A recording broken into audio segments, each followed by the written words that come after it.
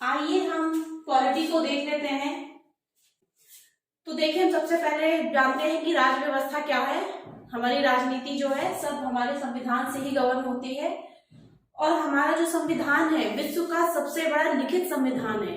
लिखित मतलब ऐसा भी है कहीं लिखा नहीं है, हाँ जी ब्रिटेन में है जो कि लिखित नहीं है।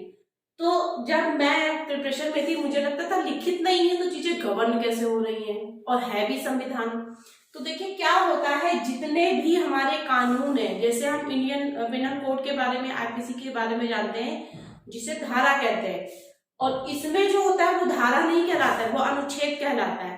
तो धाराओं को, कानूनों को एक साथ मिला लें, सभी कानूनों को, और कंबाइन करके देखें तो वो संविधान है। तो हमारे यहाँ जो चीज संविधान में है उसके बारे में अलग से कानून बनाया गया है। तो हमारे यहाँ दोनों चीजें बिल्कुल लिखित है, अलग अलग है।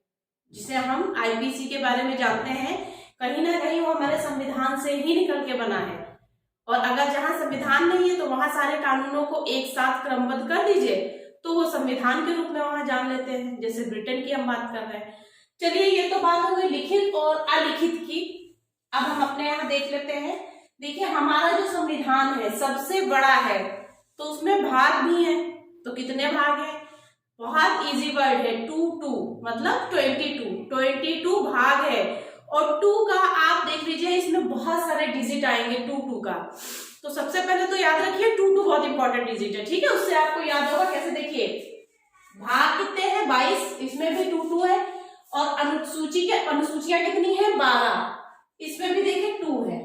तो 12 और 22 ऐसे याद रखिए। और जो अनुच्छेद है, देखिए अनुच्छेद अगर क्रमवार देखेंगे तो 450 के आसपास है, लेकिन हम लिखेंगे 395 ही। कंफ्यूज मत होइएगा, मुझे भी होती थी, इसलिए मैं इस बात पे फोकस कर रही हूँ कि वो जहां भी बुक्स में लिखा है 444, 445, 4 समथिंग कुछ भी, तो वो चीज इसलिए सही नहीं है कि वो एक क्रम में बता रहे। जितने भी हमारे एडिशन होते जाते हैं उसमें जोड़ दिया गया है, लेकिन सच्चाई ये है 395 ही है, ठीक है। ऑथेंटिक यही माना जाता है। तो चलिए, 22 भाग हो गए, अनुच्छेद 395 हो गए, अनुसूची 12 हो गई। अब हम देख लेते हैं हमारे 22 भाग में क्या क्या है और अनुसूची में क्या क्या है।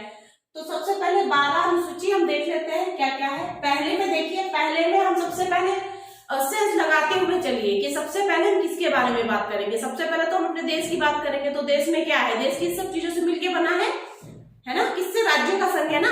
तो राज्य और संघ, राज्यों का संघ है, तो राज्य और संघ के बारे में इस समय कितने हैं? इस समय देखिए हमारे 28 स्टेट है और 9 यूटी है, मतलब यूनियन टेरिटरी, संघ शासित क्षेत्र, जहां पे केंद्र सरकार वर्क करती है, सीएम वगैरह नहीं है भी तो दूसरे रूप में है, ठीक है। सेकंड नंबर पे देखिए, सेकंड नंबर पे क्या है? सेकंड नंबर पे अगर यहाँ पे देखिए लोग काम कर रहे हैं, तो हर इंसान कुछ ना कुछ के लिए तो काम करता है, ये समझने के लिए है, ऐसा कुछ संविधान से नहीं है। तो वेतन आप याद रखिए सेकंड नंबर पे। किसका किसका वेतन? राष्ट्रपति, राज्यपाल, न्यायाधीश, सुप्रीम कोर्ट, हाई कोर्ट दोनों है इसमें, सांसद और विधानमंडल के अधिकारी और सीएजी, ठीक है। इनके सबके वेतन के बारे में है, सैलरी के बारे में, सेकेंड नंबर, ठीक है। तीसरी में शपथ तथा प्रतिज्ञान, थर्ड में शपथ तथा प्रतिज्ञान। जितने लोगों को ऊपर शपथ मिलती है सबके बारे में बात हो रही है, सिर्फ राज्यपाल को छोड़ के। देखिए, राज्यपाल का अनुच्छेद 159 में, 159 में है, ठीक है। तो यहाँ राज्यपाल नहीं है, बाकी सबका शपथ और प्रतिज्ञान है। चौथी में क्या है? चौथी में राज्यसभा में स्थानों की सूची। जैसे राज्य है, कितने राज्य? 28 राज्य है और 9 यूटी है। तो इन सब में राज्यसभा में स्थान कितने होंगे वो यहाँ पे चौथी में शामिल किया गया है, चौथी अनुसूची में।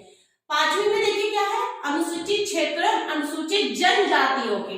देखिए, ये क्षेत्र है, ये एरिया है और ये ट्राइब है, दोनों अलग अलग बातें हैं, ठीक है।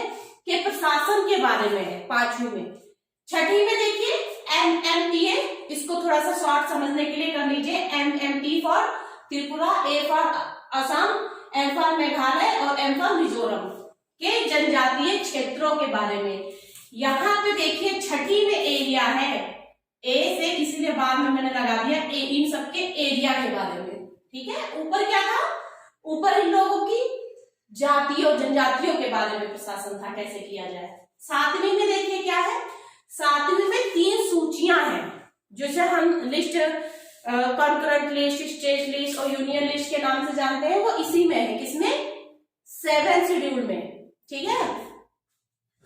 तो इसमें संघ, देखिए ये कभी कभी विषय याद करने की जरूरत नहीं है, विषय इसलिए ये चेंज होते रहते हैं, कभी इसमें 2 बढ़ गए, कभी इसमें 2 घट गए, कभी इसमें समवर्ती में आ गए, तो ये कंफ्लिक्ट मतलब प्रॉब्लम हो जाएगी, डिस्प्यूट हो जाएगा, इसलिए ये तो पूछेंगे नहीं, और पूछ भी लेंगे तो कौन किस समय का पूछेंगे।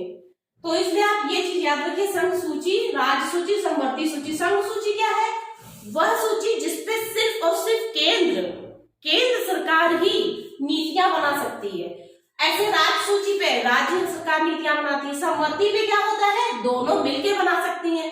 अब दोनों जब मिलके बनाएंगी तो अब ये भी बात आती है कि कौन इस पे हावी होगा, तो ऐसा कुछ नहीं होता, लेकिन फिर भी अगर ऐसी कोई चीज है जो संघ सूची से ज्यादा मैच कर रही है तो ये हावी होंगे, कोई किसी से क्लैश नहीं कर सकता, ठीक है। दोनों के कोऑर्डिनेशन से ही समवर्ती सूची, कंकरेंट लिस्ट होती है, उसमें नीतियां बनती हैं। 8वीं में देखिए क्या है, संविधान में जितनी लैंग्वेज है, कितनी है? 22 फिर से अगेन 22 भाग 22, ठीक है। तो 22 भाषाएं हैं, तो उन्हीं के बारे में बताया है, ठीक है। नवी देखिए बहुत खास हो जाती है, कभी कभी कह देते हैं इस भूमि के बारे में ये कौन सी जगह पे आता है, तो ऐसी वो सारे अधिनियम, कोई भूमि से रिलेटेड नहीं, वो सारे अधिनियम जिनको हम चुनौती नहीं दे सकते हैं, उसमें लिखा होता है उस चीजों में, जो भी नीति अधिनियम होते हैं, एक्ट, तो वो इसी में आते हैं, नवी में। 10वीं में क्या है? देखिए 10वीं क्या है? 52 मतलब 52 वे संविधान संशोधन द्वारा दल बदल कानून को इसमें लाया गया था, ठीक है। अच्छा 11वीं देखिए, ये सब बाद में हुए हैं, इसीलिए ये मैंने लिख दिया आपकी संविधान संशोधन से। 11वीं है 73वें संविधान संशोधन द्वारा जोड़ा गया है, पंचायतों द्वारा किए जाने वाला कार्य इसमें है, उसके बारे में बताया। कितने सब्जेक्ट है? 29 विषय। 12वीं भी 74वें संविधान संशोधन द्वारा जोड़ा गया, और ये नगर पालिका के बारे में है। यहाँ पे कितने वर्ग के बारे में बताया गया है? 18 विषय। चलिए ये तो आपने अनुसूची कर ली पूरी 12 की 12, ठीक है। अब हम देख लेते हैं अपने संविधान के बारे में। जैसे कि मैंने पहले ही बताया, विश्व का सबसे बड़ा लिखित संविधान है, जिसका 70% भाग कहां से लिया गया है? और भी देशों से लिया गया है, मैं आपको अभी बताती हूँ आगे। ये जो 70% है, कभी 65 कभी 70 ऐसे बोल देते हैं, लेकिन नियर अबाउट 70% है, वो भारत सरकार अधिनियम 1935 के आधार पे लिया गया, इसी के आधार पे, किसके? 1935 भारत सरकार अधिनियम के आधार पे ही हमारे 1937 में इलेक्शंस हुए थे, ठीक है। जो कि ये पहला इलेक्शन था, हमें पता होना चाहिए इसके बारे में, पूछते हैं क्वेश्चन, तो ठीक है। देख लीजिए इस वाले इलेक्शन में जो हमारा चुनाव चिन्ह था वो था क्या? पीला बक्सा, येलो बॉक्स। अब देखिए प्रांत हम देख रहे थे, प्रोविंस कितने में बटे हुए थे? 11 में। मद्रास देख लीजिए, उस समय मद्रास नाम था, वहां के सीएम कौन बने थे? सी गोपालाचारी। आप नाम से समझिए कि मद्रास में, अब गोपालाचारी लिख के आएगा तो आप थोड़ा सा सेंस लगाएंगे ना, तो वहां तक पहुंच जाएंगे कि ये मद्रास में ये सारे नाम जैसे फेमस है, ठीक है। तो सी गोपालाचारी, और खैर आपको ये तो पता होना ही चाहिए ऐसे भी। तो ये किसके थे? कांग्रेस के। बंबई में देखिए जी.बी. खरे, जी जरूर याद रखिएगा, क्योंकि एनबी के बाद दूसरे हो जाएंगे। जी.बी. खरे कहाँ के हैं? बंबई के, कांग्रेस से। मध्य प्रांत, उस समय मध्य प्रांत, मध्य प्रदेश और ये सारे जुड़े हुए थे, वो मध्य प्रांत में थे। एन.बी. खरे, यहाँ पे है एन.बी. खरे, ठीक है। बाद में रविशंकर हो गए थे, ये भी कांग्रेस से थे। बिहार में श्री कृष्ण सिन्हा, हम नाम से देखिए आइडिया लगा सकते हैं कौन कहाँ के हैं, ये भी कांग्रेस से थे। संयुक्त प्रांत से जी.बी. पंत, देखिए हमें पता संयुक्त प्रांत में हम थे गोविंद बल्लभ पंत जी, ठीक है। ये कितनी बार क्वेश्चन आया होगा? बहुत बार आया है। कांग्रेस से ये भी थे। उड़ीसा, देखिए उड़ीसा में पीछे सा रहा है और दास, BN दास, मतलब उड़ीसा में दास नाम जैसे एक साथ से मैच करिए। ये भी कहाँ के हैं? कांग्रेस के हैं। देखिए कांग्रेस की कितनी है? 6, पूरी की पूरी पूर्ण बहुमत से 6 है। फिर हम देखते हैं उत्तरी पश्चिमी सीमा प्रांत, है ना, वो कहाँ है? खान साहब। ये हम समझ रहे हैं पश्चिम की बात हो रही है, तो थोड़ा सा मुस्लिम बाहुल्य क्षेत्र था वो, तो खान, इनको साहब मतलब बोलते थे, तो इनका नाम खान साहब। मिली जुली सरकार, मिक्स्ड गवर्नमेंट बनी थी वहां पे। सिंध, सिंध भी उधर ही है, तो अल्लाह बख्श, ये भी देखिए साथ साथ से थोड़ा याद रखिएगा पीछे, अल्लाह बख्श, मिली जुली सरकार। असम, असम में सादुल्ला, ये भी मिली जुली सरकार। पंजाब में देखिए, पंजाब का तो नाम देखते ही आप समझ जाएंगे और पार्टी भी समझ जाएंगे, फिर भी ध्यान से ये सब कर लीजिए। पंजाब में सिकंदर हयात खान, ये थे यूनियनिस्ट पार्टी से। बंगाल में फजुल हक, किससे थे? कृषक प्रजा पार्टी से। तो देखिए आपको, देखिए 6 तक तो पूरी है, 6 तक कितना है? पूर्ण बहुमत से में है। 3 में मिली जुली है +3, तो बराबर कांग्रेस की गवर्नमेंट कितनी हुई थी? 9, क्योंकि बहुमत वाले ही तो हो जाएंगे। तो अगर पूर्ण बात करें, पूर्ण बहुमत की, तो 6 है, लेकिन पूरी पूछे तो 9 है। ये देखिए 2 बिल्कुल अलग बने थे, 11 प्रांत थे हमारे। ये तो बात हो गई उनकी कि 1935 के बेस पे हमारा 1937 के इलेक्शंस हुए थे और उनमें कौन सीएम बना था किस प्रांत से। ये सब चीजें आपको हमेशा के लिए याद करनी है, फैक्चुअल है, इसीलिए हम सारी चीजें फैक्चुअल एक साथ ले रहे हैं। संविधान सभा का जो संविधान सभा जो बनी थी, उसकी फर्स्ट बैठक, फर्स्ट मीटिंग कब हुई थी? देखिए 9 दिसंबर को 1946 को। और यहाँ पे ये पहली मीटिंग थी, तो बहुत सारी चीजें देखिए सर्टेन नहीं हो पाती हैं, तो वहां पे अस्थायी अध्यक्ष बना दिया गया था। किनको? डॉक्टर सच्चिदानंद जी को। फिर उसके बाद डिसीजन लिया गया किसी को स्थायी परमानेंट करना चाहिए, तो किसको किया? फिर 11 तारीख को, 9 को किए थे, एक दिन रेस्ट लिए, 11 को उन्होंने किसको बना दिया? स्थायी सदस्य राजेंद्र प्रसाद जी को स्थायी अध्यक्ष। ठीक है। अच्छा, नेहरू जी ने उद्देशिका प्रस्ताव प्रस्तुत किया था, इसी में कितने क्वेश्चन बन रहे हैं देखिए, फिर से 22 के बारे में मैंने बोला था। नेहरू जी ने उद्देशिका प्रस्ताव प्रस्तुत कब किया था? 13 दिसंबर को प्रस्तुत किया था और 22 जनवरी 1947 को ये एक्सेप्ट हो गया था। ठीक है, ये देखिए स्वीकृत हो गया था। और 26 नवंबर 1949 को संविधान हमारा क्या किया था? स्वीकार। ठीक। और 26 जनवरी 1950 को, देखिए 26 नवंबर 1949 को स्वीकार हुआ था और 26 जनवरी 1950 को क्या हुआ था? लागू हुआ था। लागू स्वीकार में क्या अंतर है? देखिए किसी चीज को, कोई कानून को जैसे बनाया जाता है तो गवर्नमेंट क्या करती है? पहले तो खुद देखती है, एक्सेप्ट करती है, तो एक्सेप्ट उन लोगों ने कर लिया, लागू सबके ऊपर हो गया। ठीक। अच्छा, संविधान सभा में महिलाएं कितनी थी? देखिए इस पे क्वेश्चन में क्या है ना कि आप बुक्स में पढ़ेंगे तो कभी कभी आप देखेंगे कि 15 महिलाएं थी, लेकिन आयोग ने 12 माना है, तो आपको ये ध्यान रखना पड़ेगा। अब आयोग का क्या है, वो 12 भी मान ले, 15 भी मान ले, तो एक क्वेश्चन का हम लोग का लॉस हो जाता है। फिलहाल 12 माना, इसलिए मैंने 12 लिख दिया है। देखिए हैदराबाद देसी रियासत था, वहां से कोई भी संविधान सभा में भाग में नहीं, सम्मिलित नहीं हुआ था, कोई भी भाग नहीं लिया था किसी ने भी। और इस पे संविधान सभा के सिर्फ प्रारूप पे, उसके फॉर्मेट पे 114 दिन तक बहस हुई थी कि ऐसे बनाया जाए, वैसे रखा जाए, इन सब बातों पे 114 दिन लग गए थे। और खर्चा कितना आया था? 6.4 करोड़।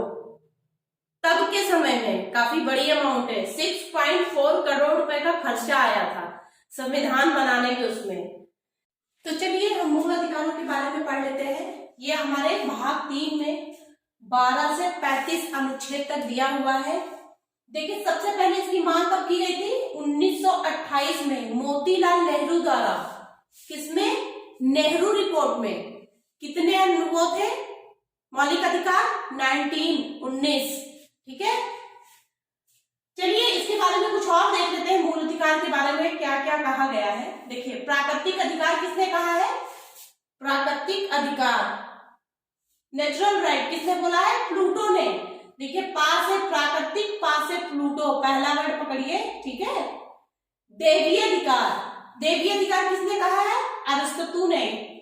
देवी से आपको याद रखने की आरती हम करते हैं, देवी जी की आरती करते हैं, तो आरती से अरिस्टोटल और देवी से देवी। बिल ऑफ राइट्स, देखिए बिल में बिल क्लिंटन और बिल पता नहीं क्या क्या नाम है, तो आप इससे याद रख सकते हैं। बिल ऑफ राइट्स से यूएसए। पिटीशन ऑफ राइट्स, हमारी जो संसदीय प्रणाली है वो ब्रिटेन की दी है, तो पिटीशन वर्ड हम बहुत यूज करते हैं। पिटीशन फाइल कर दिया, ये कर दिया, वो कर दिया, पिटीशन वर्ड वहीं का है, ब्रिटेन का। तो ऐसे याद रखिए पिटीशन ऑफ राइट्स ब्रिटेन का है। ह्यूमन राइट्स, ह्यूमन राइट्स के बारे में तो आए दिन न्यूज़पेपर वगैरह टीवीज में आप देखते रहते होंगे, तो यूएनओ की बात है ये, संयुक्त राष्ट्र संघ की। और आप देखिए कि मूल अधिकार कहाँ के संविधान से लिया गया है। मैंने आपको ये पहले पढ़ाया है, लेकिन फिर भी मैंने लिख दिया है, कहाँ से? अमेरिकन संविधान से लिया गया, अमेरिका के संविधान से। देखिए पहले हमारे 7 मूल अधिकार थे, एक हटा दिया गया है, उसको कहाँ कर दिया गया है? कानूनी के रूप में। कहाँ? 300A अनुच्छेद में 7वां हटा दिया गया है, अब सिर्फ 6 है। तो वो 6 कौन कौन से? देखिए सबसे पहला समता का अधिकार, ये 14 से लेकर 18 अनुच्छेद तक है। दूसरा स्वतंत्रता तक अधिकार 19 से लेकर 22 तक है। शोषण के विरुद्ध अधिकार 23 से 24 अनुच्छेद में है। धार्मिक स्वतंत्रता का अधिकार किसमें है? 25 से 28 अनुच्छेद में। 5वां संस्कृति एवं शिक्षा संबंधी अधिकार, ये किसमें है? 29 से लेकर 30 तक। और संवैधानिक उपचार, इसके बारे में वैसे तो सब चीज बहुत इंपॉर्टेंट है, सारी चीजें इसमें, लेकिन ये इसलिए इंपॉर्टेंट है, ये हम आगे बताएंगे। अनुच्छेद 32, देखिए यहाँ पे 26 भी लिखा है, लेकिन नॉर्मली 26 लिखा नहीं जाता है, पढ़ते समय हमने भी नहीं पढ़ा था और लोग भी नहीं पढ़ते होंगे। मैंने इसलिए लिख दिया कि ये सुप्रीम कोर्ट की बात है और ये हाई कोर्ट की बात है। अगर हम यूपी में रह रहे हैं, किसी भी स्टेट में रह रहे हैं, तो उस स्टेट की हाई कोर्ट और सुप्रीम कोर्ट तो सबके लिए समान है, तो दोनों जगह वो ये चीज की जा सकती है। इसलिए 226 जो है वो हाई कोर्ट में, अनुच्छेद हाई कोर्ट में ये डाला जा सकता है, इसका रिट, ठीक है। हाँ देखिए यहाँ नोट में डाला हुआ है 44वें संविधान संशोधन द्वारा 7वां मूल अधिकार अब कानूनी अधिकार बन गया है 300 का अनुच्छेद में। अब हम स्टार्ट करते हैं अपना यहाँ से 12 से लेकर 35 तक, ठीक है। 12 में देखिए क्या है, 12 में राज्य शब्द की परिभाषा दी गई है। पूछेंगे क्या, राज्य शब्द की परिभाषा कौन से अनुच्छेद में है? 12, 13, 14, 15 ऐसा ऑप्शन, तो आप 12 आपको टिक करना है। अनुच्छेद 13 में क्या है? मूल अधिकार में असंगतता का शून्य होना, सूर्य ग्रहण का सिद्धांत, डॉक्ट्रिन ऑफ लैप्स इसी को बोलते हैं। ऐसी कोई भी चीज जो मूल अधिकार को छोटा करती हो, बहुत कम करती हो, या ऐसी चीज करती हो जो उसके विरोध में है, तो ऐसे रूल को 0 कर दिया जाता है। कोई भी रूल कि मूल अधिकार से ऊपर नहीं है, तो किसी के मूल अधिकारों को अगर वो छोटा करता है या जीने की या किसी भी तरीके से कोई भी अधिकार को छीनता है, तो वो 0 कर दिया जाता है। ये इसी में बताया गया है, डॉक्ट्रिन ऑफ लैप्स, लैप्स कर देना, ठीक है। सूर्य ग्रहण का सिद्धांत, सूर्य ग्रहण क्या मतलब? उस पर ग्रहण लग गया। आगे देखिए, अब हम बात करते हैं, यहां से स्टार्ट करते हैं अपने अधिकारों की। समता का अधिकार, समता का मतलब समानता। यहीं से देखिए बहुत सी चीजें आप सीखेंगे, समझेंगे, इसीलिए संविधान को अच्छे से समझना चाहिए।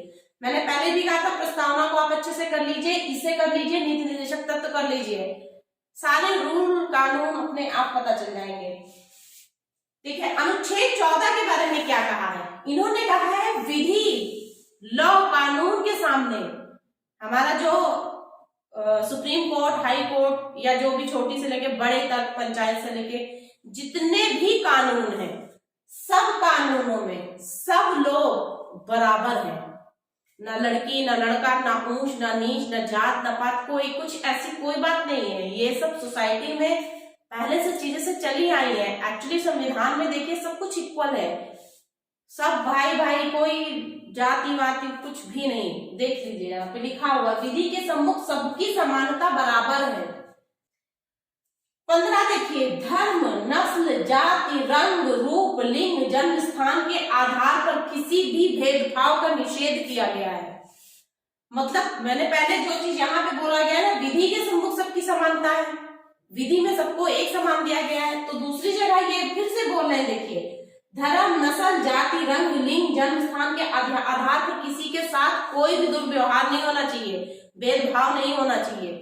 ये बताया गया है आर्टिकल 15 में। आर्टिकल 15 देखिए, मूवी वूवीज भी इस पे बनी हुई है खूब, ठीक है।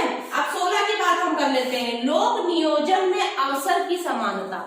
लोक नियोजन, देखिए, लोग गवर्नमेंट जॉब की बात अगर होती है तो यहाँ पे लिखा हुआ है अवसर की समानता है। आपको पता है कि आप इससे तैयारी से ही इंडिया के 4% पॉपुलेशन में आप आ जा रहे हैं।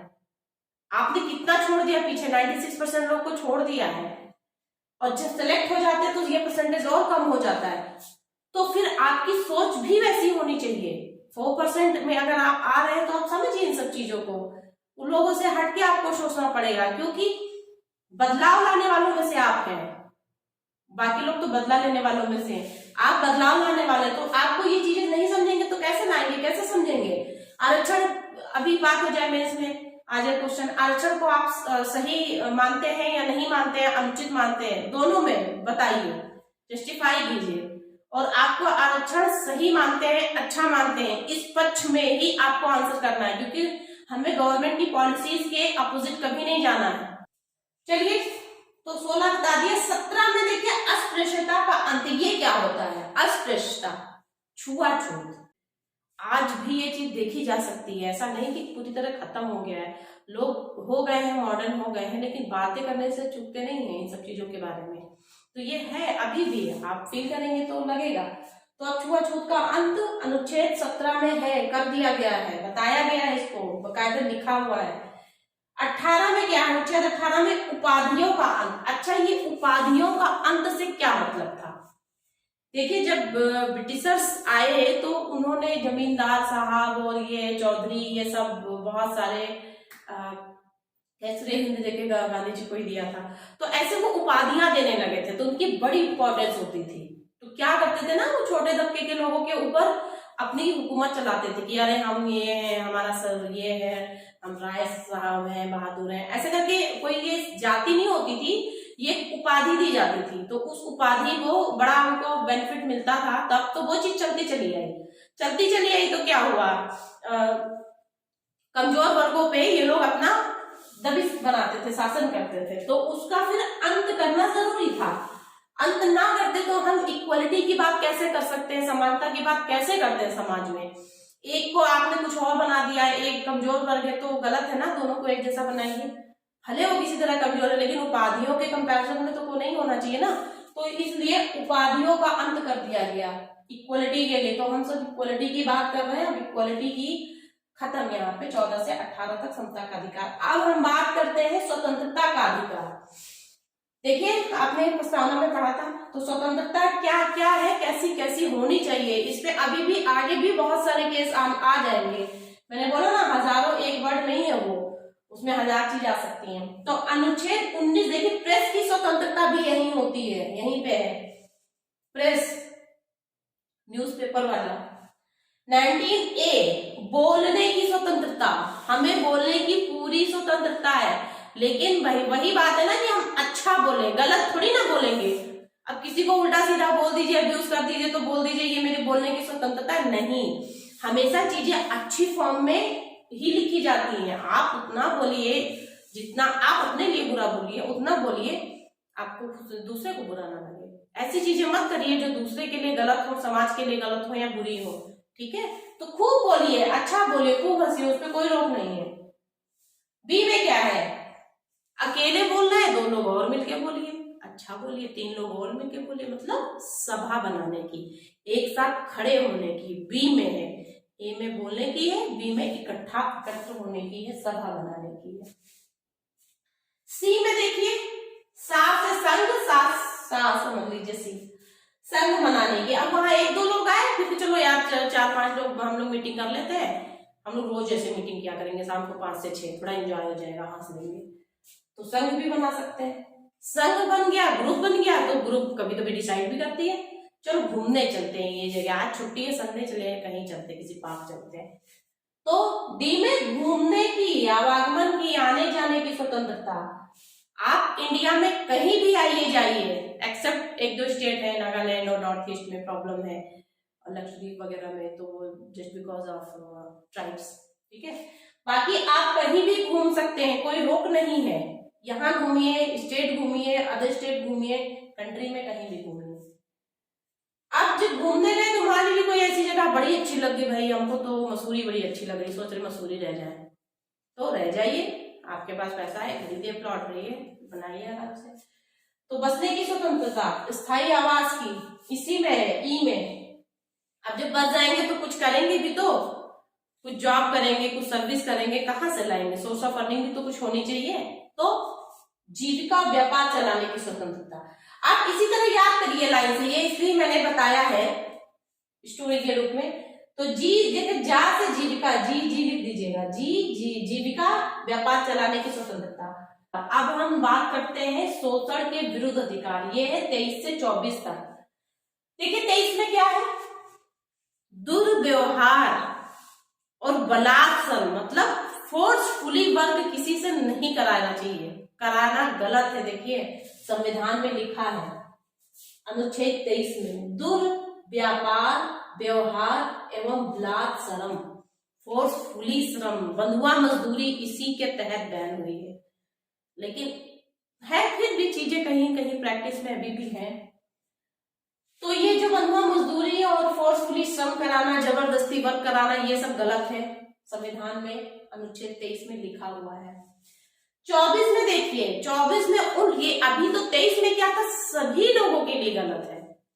14 में क्या है, देखिए बच्चों के लिए है, क्या 14 वर्ष से कम बच्चों को, जिसको बोलते हैं ना बाल मजदूरी। यहीं से देखिए सब चीजें, एक आर्टिकल अपने आप में पूरा बुक छाप सकती है, इतनी ताकत होती है इनके अंदर। 14 वर्ष से कम बच्चों के नियोजन पर प्रतिषेध है, क्यों बच्चों को मतलब नहीं रख सकते, यहीं से, ये है वो अनुच्छेद।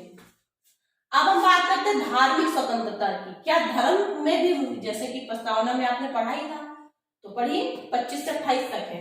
25 में क्या, अंतःकरण, धर्म मानने के और प्रचार करने की। अंतःकरण का क्या मतलब है, अंतःकरण का मतलब है कि ठीक है हम किसी भगवान को नहीं मानते, हमें आप फोर्स नहीं कर सकते, मुझे विश्वास नहीं है, हम नहीं मानते, हम साइंस को मानते हैं, तो आपकी इच्छा, या मान सकते हैं, आपका अधिकार है, यही अंतःकरण। आपकी अपनी इच्छा, अपनी स्वेच्छा, आपका दिल जो करे वो करिए, बस वो गलत मत करिए, किसी के धर्म को गलत मत बोलिए। आप नहीं मानते कोई बात नहीं, लेकिन बुराई नहीं करिए, नहीं मानते कोई बात नहीं, कोई दूसरा तो मानता है, दूसरे की भावनाओं को तो ठेस पहुंच सकती है, इसलिए तो धर्म को मानकर आप मान रहे, मानिए, वेरी गुड, आप प्रचार करिए, हमारे इन पे आस्था है, इस ईश्वर पे आस्था है, इस धर्म पे आस्था है, बिल्कुल छूट है, इसीलिए तो कोई कुछ नहीं कर सकता। बहुत बार ऐसे कुछ केसेस हो जाते हैं, नवरात्रि का समय होता है, मुहर्रम भी उस समय आ जाता है, और काफी ट्रैफिक जाम हो जाता है, होती है हम लोगों को असुविधा। तो बहुत लोग कहते हैं कि ये चीज नहीं होनी चाहिए, कितनी प्रॉब्लम हो, बहुत सारे ऐसे लोग होते हैं, एम्बुलेंस की सिचुएशन होती है, फंसे होते हैं, डॉक्टर के पास जा रहे होते हैं, फंस जाते हैं, तो कोई कुछ नहीं कर सकता, बस प्रशासन है थोड़ा संभाल के काम करती कि किसी को असुविधा ना हो, उनकी भी अपनी एक राइट है, उनको मिला हुआ है, तो करते हैं। हम भी उसी में आते हैं, वो बात अलग है कि हम लोग उस समय किसी कोई दूसरे काम में होते हैं, कहीं जा रहे होते जरूरी काम में, तो फंस जाते हैं ट्रैफिक में, ठीक है। 26 में देखिए क्या है, धार्मिक कार्यों के प्रबंध की स्वतंत्रता। बहुत सारे देखिए वो होते हैं, मंगल कार्य होते हैं, बड़ा मंगल है, तो भी छूट है, आराम से करिए। मंगल जो बड़ा मंगल होता है उसमें भी देखिए काफी ये सब चीजें हो जाती है, लोग अरेंजमेंट करते हैं, तो फ्री है। 27 देखिए, इन सब में, ईश्वर में, धार्मिक कार्यों में अगर पैसे खर्च हुए हैं, आप स्वेच्छा से कर रहे हैं, तो गवर्नमेंट आपको प्रमोट करती है, टैक्स से छूट दे देती है, उसी की बात हो रही है अनुच्छेद 27 में 27 में। यहाँ पे देखिए इनकम टैक्स सीधे सीधे आ गया। अब जो इनकम टैक्स गवर्न हो रहा है 1961 एक्ट है इनकम टैक्स, वो यहीं से कहीं ना गवर्न हो रहा है। कितने सारे आर्टिकल एक्ट सारे जितने हैं, पता नहीं कितने छूट ले सकते हैं यहाँ पे, तो ऐसे दिमाग खोल के पढ़िए। 28 के बाद धार्मिक शिक्षा के बारे में वर्णन किया है और ये आपकी धार्मिक स्वतंत्रता 25 से 28 तक हो गई। अब हम देखते हैं नेक्स्ट संस्कृति एवं शिक्षा संबंधी स्वतंत्रता 29 से लेकर 30 तक है। 29 से लेकर 30 तक। 29 में देखिए क्या है, अल्पसंख्यक वर्गों के हितों का संरक्षण। अब देखिए जो मेजोरिटी में थे वो तो मेजोरिटी में थे, लेकिन जो लोग कम थे उनके साथ तब भी प्रॉब्लम थी और प्रॉब्लम आज भी कहीं ना कहीं है। तो संविधान तो करेगी नहीं संरक्षण, तो उनको कोई संरक्षण उनका नहीं करेगा। तो इसलिए उनका भी उतना ही राइट है, उनके भी अपने भाषा है, जाति है, कला है, पोशाक है, पहनावा है, ठीक है, लोक कलाएं है, लिपि है, इन सबका संरक्षण जरूरी है। तो वो यही अनुच्छेद है। देखिए हम लोग पढ़ते हैं इसको सोसाइटी में, जीएस में, मेंस में, देखिए अच्छे से ये सब चीजें यहीं से लिंक करके आपको हर चीज लिखनी है। आंसर राइटिंग आपने उठाया, सोशल जस्टिस ये वाला आर्टिकल में ऐसा बोला जा रहा है, यहां से उठाया, दिव्यांगों के बारे में हर एक आर्टिकल को उठाइए, समझिए और डालिए, कैसे नहीं अच्छे मार्क्स मिलेंगे। देखिए 30 अनुच्छेद 30 में क्या है, शिक्षण संस्थानों की स्थापना और प्रशासन करने के लिए अल्पसंख्यकों को अधिकार प्राप्त है। पहले क्या होता था ना, ये सब क्यों हुए हैं, इनके पीछे आप हिस्ट्री पढ़े होंगे या पढ़ रहे होंगे तो समझ रहे होंगे इस चीज को। वैसे नहीं समझ रहे तो बता दें, जब वैदिक केस था तब तो बड़ा अच्छा था सब कुछ, सारी चीजें बड़ी अच्छी थी उसके बारे में। ये जातिवादी नहीं था वहां पे, जात तो बाद में हुआ है, कर्म आधारित था। जिसका जैसा शरीर है, जिसकी जैसी बुद्धि है, वैसा वर्क करने के लिए, क्योंकि सामाजिक संरचना को आगे बढ़ाना ही बढ़ाना था। सामाजिक संरचना को आगे बढ़ाना है तो हर काम करना जरूरी है। तो जिसके हिस्से में जो काम आया उसकी कैपेसिटी देखते हुए, जो लंबा है, बलशाली है, ताकतदार है, तो उसने क्या किया, सैनिक बनते थे, राजा सैनिक तो बल वाले होते थे। तो जिनको आज हम लोग सिंह ठाकुर के रूप में समझ रहे हैं, ठीक है, वो बाद में हुआ, पहले तो कर्म आधारित, जन्माधारित तो बाद में हुआ, पहले तो कर्म आधारित था। जो बुद्धि में बहुत तेज थे, ब्रेन बढ़िया था, ठीक है, उनका मतलब फिजिक्स बहुत अच्छा है तो लड़ाई कर सकते हैं। जिसका ब्रेन बहुत अच्छा है, फिजिक्स नहीं भी अच्छा, ब्रेन अच्छा है, तो पुरोहित का काम करते थे, पढ़ाने का काम करते थे लोगों को समाज में आगे। तो वो क्या हो गया, एक पंडित वर्ग हो गया, ठीक है, जो हम समझ ही रहे हैं। तीसरा, अब बिजनेस भी तो करना है, इकोनॉमी तो सुधारनी है ना, सब कुछ एक काम से थोड़ी, लड़ने से थोड़ी हो जाए। किसी का बॉर्डर पे जो सेना है उनकी दूसरा काम है और यहाँ का जो काम है दूसरा काम है। तो इकोनॉमी को चलाने के लिए वो कौन थे, वैश्य, जो तीसरा वर्ग है, ठीक है। अब इन सबको देखने के लिए, सबकी सेवा करने के लिए, जो ना बिजनेस कर सकता है, ना जिसके पास ज्यादा ब्रेन है, ना ज्यादा उसकी हाइट है, ना बहुत ज्यादा ताकतवर है, तो इंसान वो भी, तो उसे भी कोई ना कोई काम अलॉट किया जाएगा ना सामाजिक संरचना के तहत। खाली तो बैठना गलत है, तो सबकी सेवा करो भाई, तो वो शूद्र हो गए। तो ये सब कर्म आधारित था कि जिसकी जैसा शरीर है, जैसा बुद्धि है, जितना उसकी स्टैमिना है, उतना काम करे वो, ये नहीं था। बाद में क्या हुआ कि क्या जरूरी है कि मतलब जो शूद्र है या उस कैटेगरी में किसी का बच्चा बहुत इंटेलिजेंट हो गया, तो ऐसा नहीं है कि वो सिर्फ सेवा वर्क वाला करता था। अगर वो इंटेलिजेंट है, वैदिक अच्छी बात कर रहे हैं, इंटेलिजेंट है, पुरोहित वर्ग में आना चाहता तो बेशक आए, ठीक है। अगर वो बलशाली है, हाई पर्सनालिटी अच्छी है, सेना में जाना चाह रहा है, सैनिक बनना चाह रहा है, बिल्कुल जाए, कोई रोक नहीं थी। और वहीं अदर है, पुरोहित वर्ग में कोई ऐसा है जिसकी ना पर्सनैलिटी है, ना ज्यादा लंबा है, ना हाइट है, ना बल है, तो कुछ नहीं कर सकता, तो फिर उसको वो वाली सेवा दी जाती थी, लोग सेवा करो, ये था। लेकिन बाद में इन सब की एक, जब कहते ना कैटेगरी बन जाती, तो आदमी अपने का डिफेंस करना स्टार्ट कर देता है, उसको वही चीज अच्छी लगती है। तो पुरोहित वर्ग को अपना काम अच्छा लगने लगा, उन्होंने फिर अपने बच्चे को ही पुरोहित बनाना स्टार्ट कर दिया। बस ऐसे यहीं से स्टार्ट हो गया। उत्तर वैदिक काल में आते आते ये क्या हो गया, जन्म आधारित हो गया। अब शूद्र का बच्चा शूद्र ही होता है, पुरोहित का बच्चा पुरोहित ही होता है, और सैनिक का बच्चा सैनिक ही होता है। ये था उत्तर वैदिक काल से लेके अब तक के चीजें चली आई। खैर हम कहाँ से बोले थे, हाँ यहाँ से बोले थे। तो क्या हुआ था कि उन लोगों को पढ़ने का भी कोई अधिकार नहीं था। सिर्फ सेवा करो तुमको ये बोला गया यही तुम्हारा काम है, सिर्फ पढ़ाई वढ़ाई तुम्हारे काम की नहीं है। पढ़ाई स्कूल दूर दूर उनके घर होते थे, उनको छू मतलब अगर सामने आ पड़ते तो रोड तक धुल दी जाती थी, इतना ज्यादा हो गया था, चीजें बहुत गलत हो रही थी, होती ही जा रही थी। फिर अगर वो स्कूल खोलेंगे, ओपन करेंगे कोई शिक्षण संस्थान, क्या कोई इनके स्कूल में पढ़ने जाता? नहीं जाता, उनको ये सब अधिकार ही नहीं था। तो क्या करता संविधान, लोग क्या है संविधान निर्माता, उनको भी तो सोचना है, ये सब समाज को इक्वल करना है। तो इसलिए उन्होंने तभी सोच लिया था कि ये चीजें आने वाले 40-50 सालों में भी जाएंगी नहीं, जाते जाते निशान छोड़ जाता है। तो इसलिए उनको भी अधिकार दिया गया। इसमें वो हर एक वर्ग आता है जिसकी उपेक्षा की गई है, ठीक है। अल्पसंख्यक में ये कोई ऐसा नहीं किसी एक की बात हो रही है, बहुत सारे अल्पसंख्यक हैं वेबसाइट पे है गवर्नमेंट के, और वो लोग भी हैं जिन जो उपेक्षित हैं, ठीक है। तो वो लोग कर सकते थे, उनको भी उतना ही अधिकार है पढ़ने लिखने का, स्कूल कोई भी चीजों को स्थापना करने का, तो वो यहीं पे है। चलिए ये तो बात हो गई। अब हम देखते हैं, देखिए इसमें मुझे अभी समझ में आया कि 2 आर्टिकल मैं भूल गई हूँ बताना, आप समझ लीजिए। 19 की बात हो रही है, 19 में देखिए 19 के बाद 20 ये स्वतंत्रता की बात हो रही है। 20 में क्या है, 2 सिद्धि में संरक्षण, 2 सिद्धि में, तो आर्टिकल 20 जो बात कर रहा है।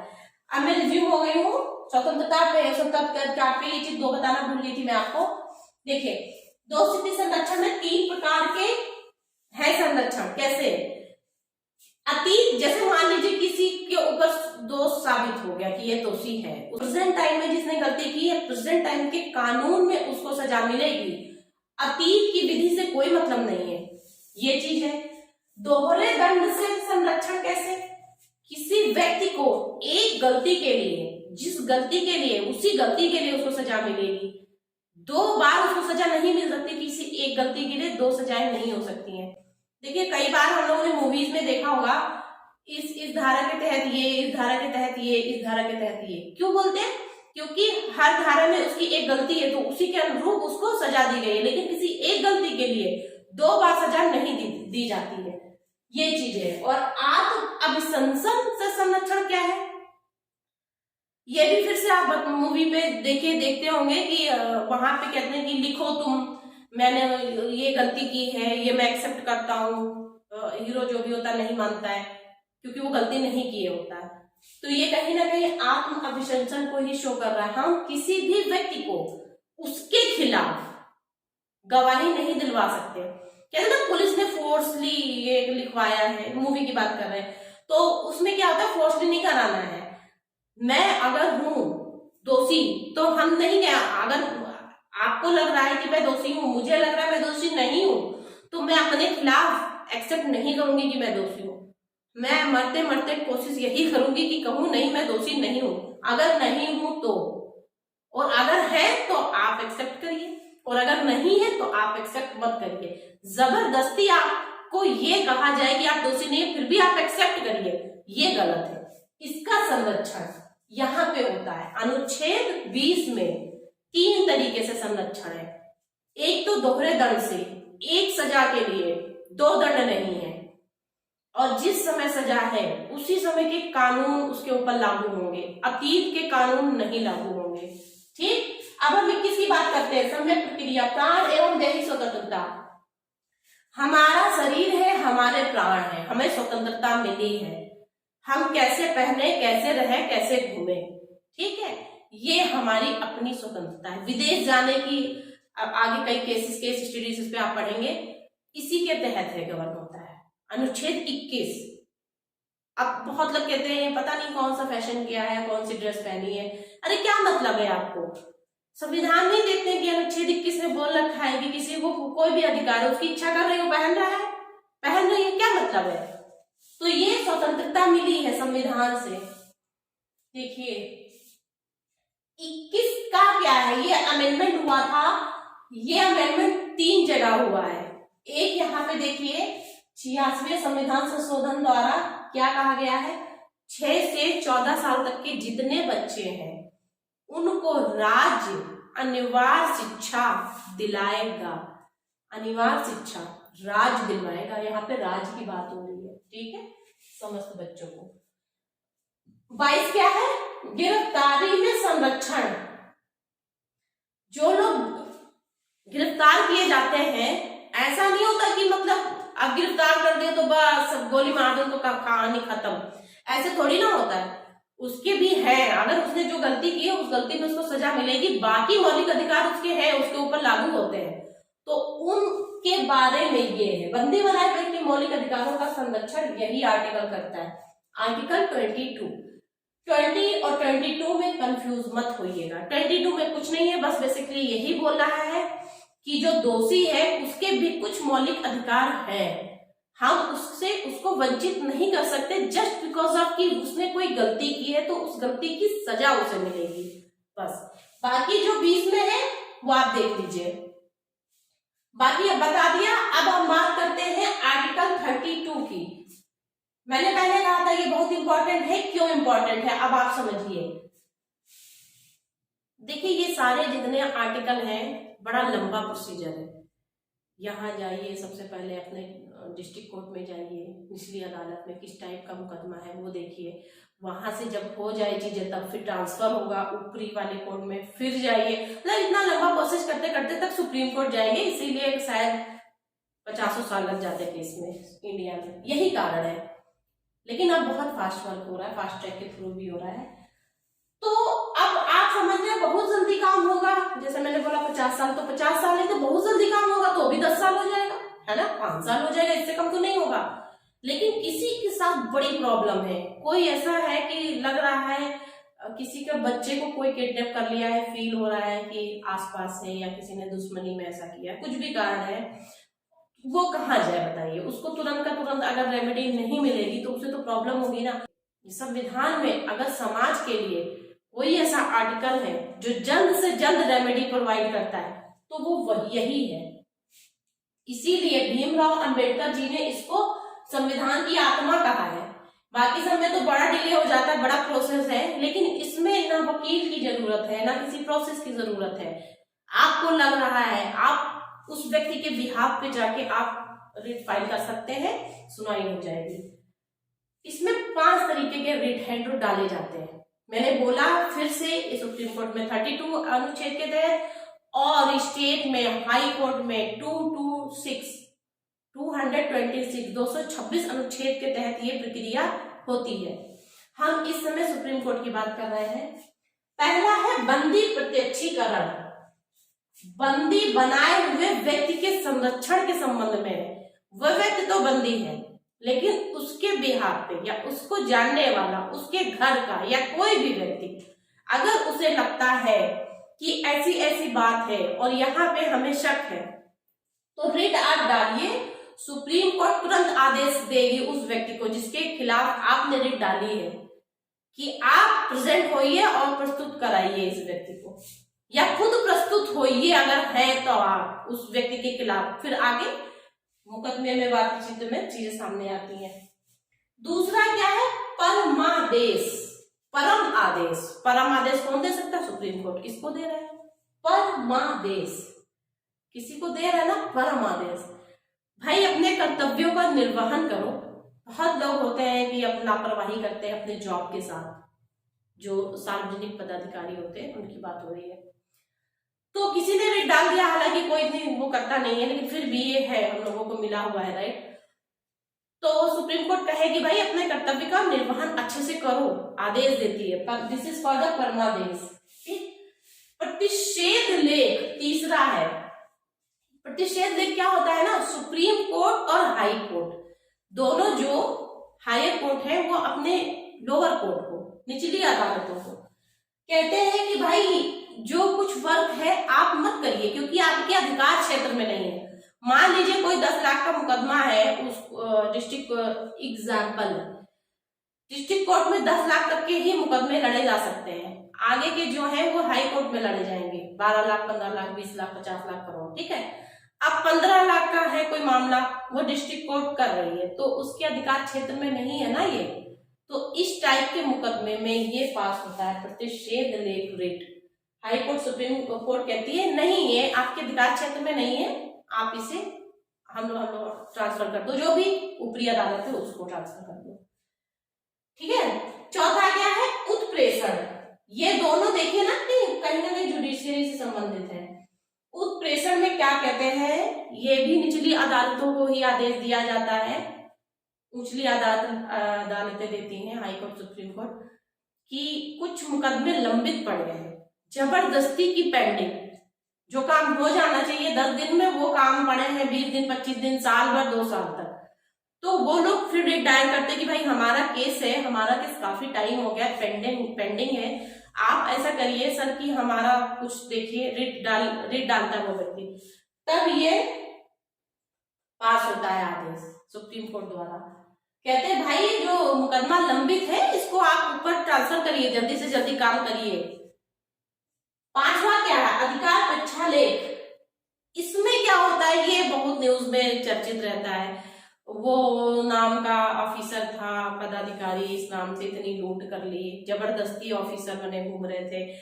इस टाइप के जितने केसेस होते हैं, जब व्यक्ति सार्वजनिक पद का बिना किसी विधान के वैधानिक संवैधानिक कार्य करता है, मतलब अवैधानिक इलीगल वर्क काम करता है, तो ऐसे लोगों को अगर रिट डाला जाए तो गवर्नमेंट में तुरंत ये वाला आदेश पास करती है और कहती है, पूछती है, बताइए भाई कैसे। ये सारी रेमेडी कहीं ना कहीं सोसाइटी के लिए ही है, इसलिए इनको कहा गया है, किसने कहा है, बी आर अम्बेडकर जी ने, संविधान की आत्मा, संवैधानिक उपचारों का अधिकार, रेमेडी ही तो मिली है ये। तो ठीक है, इतना आपने कर लिया, इतना बहुत है। इसमें कभी कभी पूछ लेते हैं टोटल कितने आर्टिकल के बारे में बताया गया है मौलिक अधिकार, तो वो 23 है। ठीक है तो 12 से 35 तक, बाकी 2-3 में इस तरीके से चला जाता है, तो टोटल 23 है। और कुछ ऐसे हैं मिलिट्री के रिलेटेड, वो लॉ, मार्शल लॉ वगैरह के, तो वो हमें नहीं पढ़ने, वो पूछे भी नहीं जाते, इसीलिए मैंने 23 बोला है। ठीक है, तो चलिए अब हम आगे देख लेते हैं। और प्लीज चैनल को सब्सक्राइब कर लीजिए। मैं देखिए कितनी मेहनत कर रही हूँ, मेरा पर्पस ही क्या है, कहीं ना कहीं मुझे पहले से मैंने सोच रखा था कि कुछ लोग की हेल्प करनी है, ऐसे लोग की हेल्प करनी है। सब्सक्राइब करेंगे तो चैनल आगे जाएगा, हो सकता है कुछ लोगों को इसकी जरूरत हो, क्योंकि ये A to Z प्लेटफॉर्म है, सारी चीजें यहाँ बताई जाएंगी। मैं अपना कीमती टाइम निकाल के काम करती हूँ, तो प्लीज आप इतना करें, चैनल को सब्सक्राइब करें। तो आइए हम आगे देख लेते हैं। संविधान को बनने में कितना समय लगा, 2 वर्ष 11 माह 18 दिन। कितना, 2 वर्ष 11 माह 18 दिन। देख सकते हैं लगभग 3 साल के आसपास। ठीक है, 3 साल दिमाग में रखेंगे तो ये पता रहेगा कि यहाँ 3 साल तो नहीं लगे, तो आप पास में पहुंच जाएंगे। 2 साल 11 महीने 18 दिन। ठीक है, चलिए हम देख लेते हैं कहाँ से इसके सोर्सेज हैं, स्रोत कहाँ से लिए गए हैं। मैंने पहले आपको बताया है कि अपने भारत शासन अधिनियम, भारत सरकार अधिनियम 1935 से 65 से 70% तक लिया गया है। तो वहां देखिए क्या क्या लिया गया है। यहाँ से सिविल सेवाओं की रचना एवं उनके कार्य, 312 में हम लोग पढ़ते भी हैं, लोक सेवा आयोग, अब देखिए हम पढ़ाई जिसके बारे में कर रहे हैं, आप किसके बारे में इस समय तैयारी कर रहे हैं, यूपीएससी या यूपीपीएससी की, तो है तो इसी में, तो वो हमारे भारत सरकार अधिनियम में पहले से था।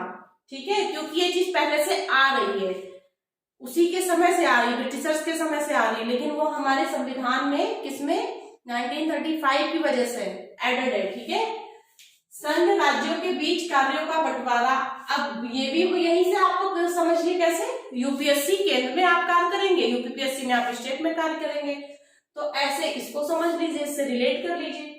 याद करने के लिए ऐसे आपको करना पड़ेगा।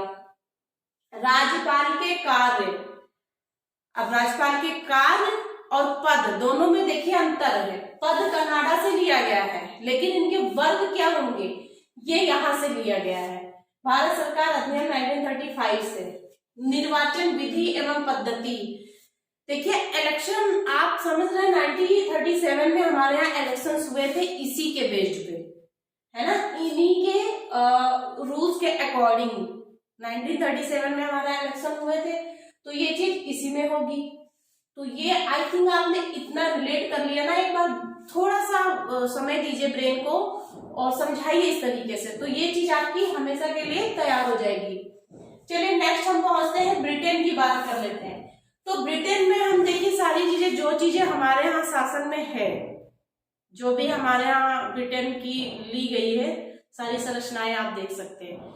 जैसे मंत्रिमंडलीय व्यवस्था, हमारा जो ये देखिए जो संसदीय प्रणाली है, विधि का शासन है, एकल नागरिकता है ना, दोहरी नागरिकता भी होती है जैसे यूएसए में है, हमारा यहाँ इकहरी है, मतलब पूरे इंडिया में एक ही सिंगल सिटीजनशिप होगी, वो यहीं से ली गई है ब्रिटेन से। और दी संगठनात्मक विधायिका, तो हमारी जितनी विधायी से प्रक्रियाएं हैं सब यहीं से ली गई हैं।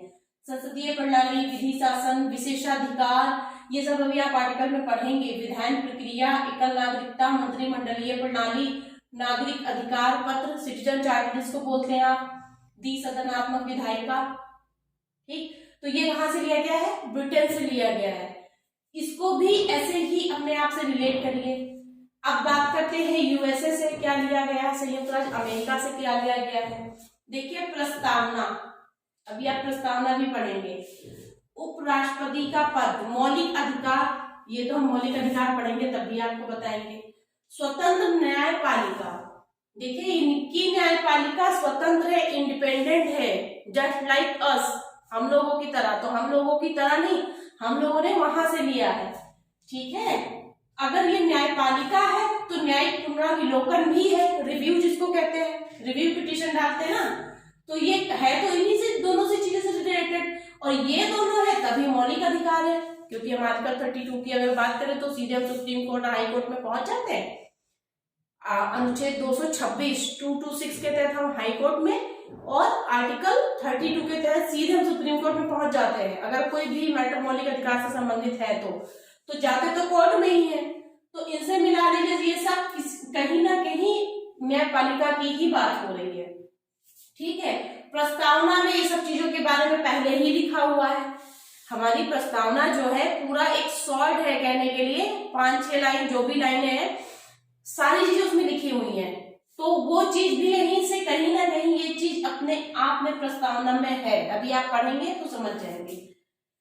अब राष्ट्रपति पर महाभियोग की पद्धति, ये देखिए यहाँ पे ये न्यायपालिका अलग है और ये अलग है, मिल नहीं है।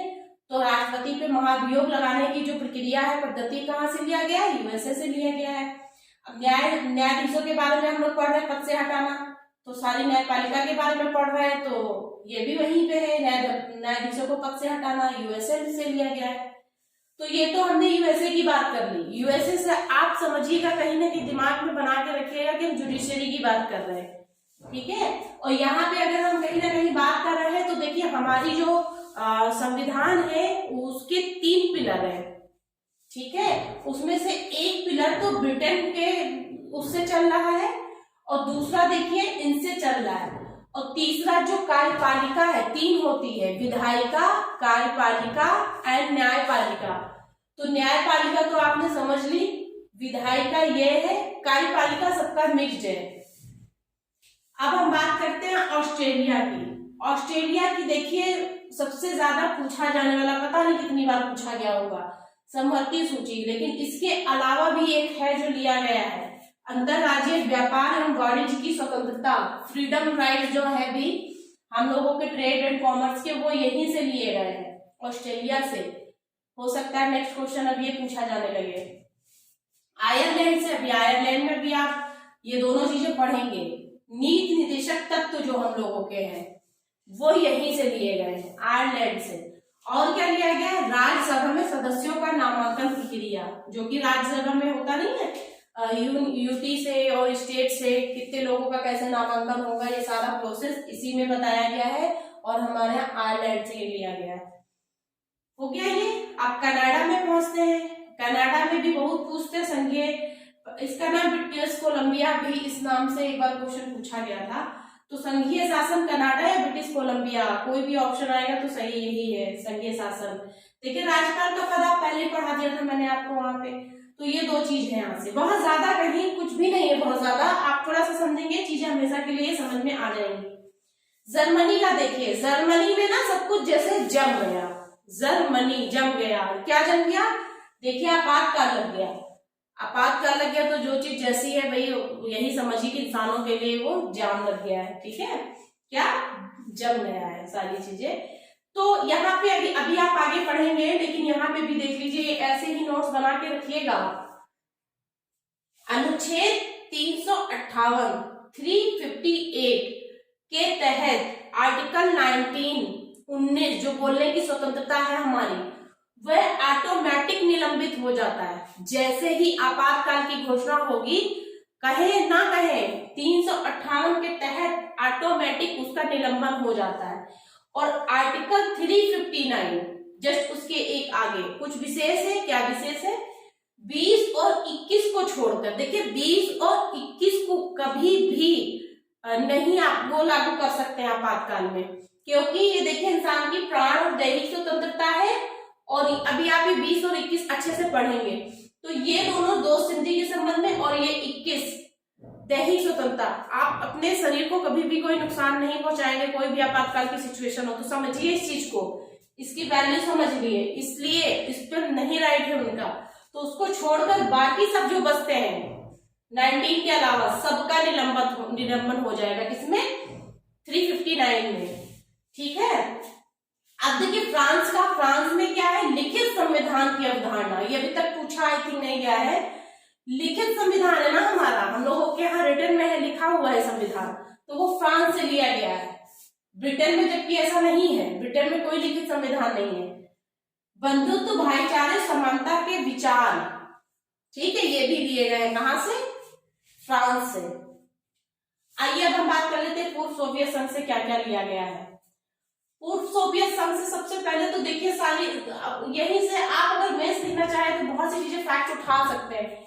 अर्थशास्त्र के बारे में पूछे तो अर्थशास्त्र कैसी है हमारी, समाजवादी है या मिक्स्ड है, कैसे है, पूर्व सोवियत संघ से लिया गया है। देखिए ना, अर्थशास्त्र का नियोजन एवं प्रकार वहीं से लिया गया है। समाजवादी अवधारणा जो हम लोगों की है ना, जैसे अभी आप अवधारणाएं भी पढ़ेंगे, कम्युनिज्म किसे कहते हैं, कम्युनिस्ट किसे कहते हैं, समाजवादी किसे मतलब कहते हैं, तो ये सारी चीजें आप आगे पढ़ेंगे। समाजवादी अवधारणा यहाँ से ली गई है। और सामाजिक, आर्थिक, राजनीतिक न्याय, ये भी आप अभी प्रस्तावना पढ़ेंगे तो उसमें आपको ये मिलेगा ये वर्ड।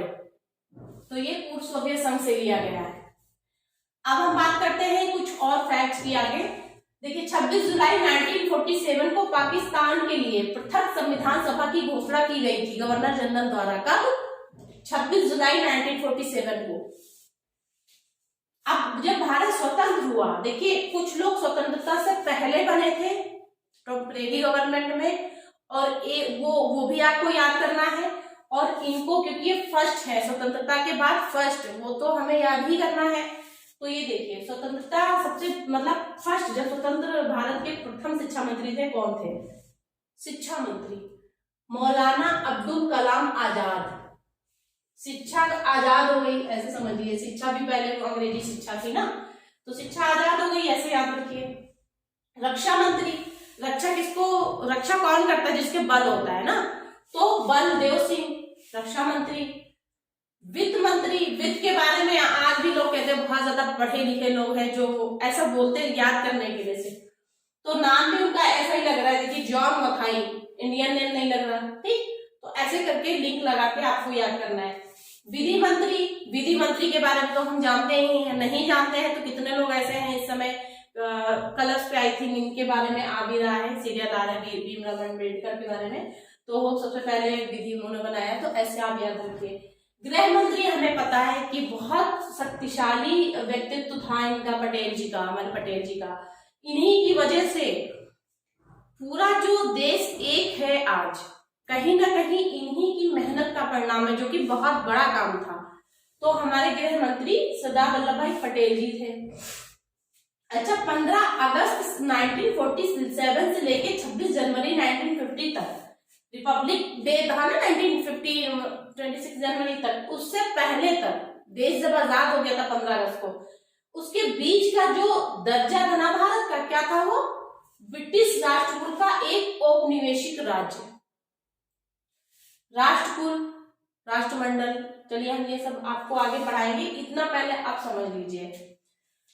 ये आपने समझ लिया। देखिए कितने सत्र में ये सब हुआ था, ये सारे कार्यक्रम, इस देश का उस देश का सबका मिला के बस 11 माह 18 दिन तो समय लगे थे। 6.4 करोड़ क्या लगा था, खर्चा आया था। 114 दिन तक के प्रारूप पे चर्चा हुई थी और 11 सत्र आयोजित हुए थे और बहुत सारी बैठकें हुई थी, मीटिंग्स हुई थी। वो चलिए हम आगे पढ़ लेते हैं, ठीक है। ओके, चलिए अब हम समितियां देख लेते हैं। देखिए 13 समितियां बनाई गई थी संविधान बनाने के लिए, लेकिन कुछ उप समितियां भी थी। आइए देख लेते हैं। नेहरू समिति, तो नेहरू से ही पता चल रहा है, लेकिन यहाँ पे जवाहरलाल नेहरू नहीं है, मोतीलाल नेहरू। संचालन समिति, संचालन में जैसे आप देखिए इसमें सा और इसमें नियम में दोनों में राज जोड़ दीजिए, तो सर और नीर मतलब राजेंद्र प्रसाद। संचालन का डॉक्टर राजेंद्र प्रसाद, नियम का भी डॉक्टर राजेंद्र प्रसाद। संघ संविधान समिति, देखिए जहां जहां संघ है वहां वहां जवाहरलाल नेहरू है, लेकिन नेहरू समिति में जवाहरलाल नेहरू नहीं है। वहां पे है जहां पे नेहरू नहीं है, तो संघ है, वहां पे जवाहरलाल नेहरू है, ठीक है। झंडा समिति, देखिए झंडा समिति में दो तरीके से आंसर को देखा गया है। वैसे तो जेबी कृपलानी है, लेकिन कभी कभी ऑप्शन में राजेंद्र प्रसाद जी भी दे दिए जाते हैं, तो आपको दोनों ध्यान रखना पड़ेगा। अगर दोनों है तो आप दोनों में कृपलानी को करिएगा, और अगर नहीं है तो राजेंद्र प्रसाद जी ही हैं। प्रारूप में देखिए, प्रारूप हमें पता है, कानून मंत्री भी थे, प्रारूप भी इन्होंने बनाया था, बी आर अम्बेडकर जी ने।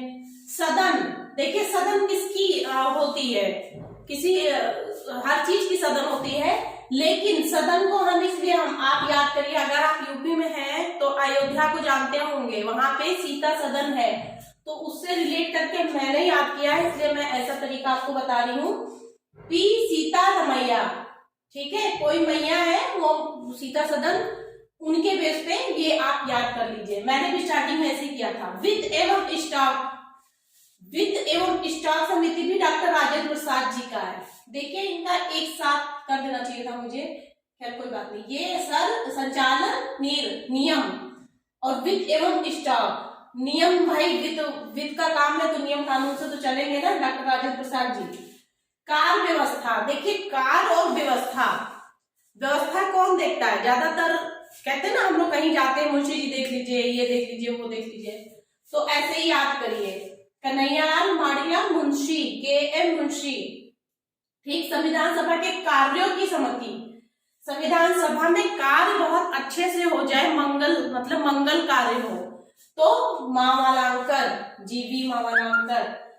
मौलिक अधिकार अल्पसंख्यकों, जनजातियों, बाह्य क्षेत्रों पर समिति, बाह्य क्षेत्र से आप समझ रहे होंगे कौन देख रहा था, जैसे रियासतों को मिला के पटेल जी ने तो एक किया, तो ऐसे याद करिएगा, सरदार पटेल जी के अंडर में था।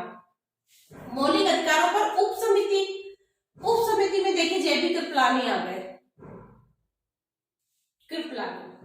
14th में अल्पसंख्यकों पर उप समिति, ये दोनों उप समिति हैं, ठीक है।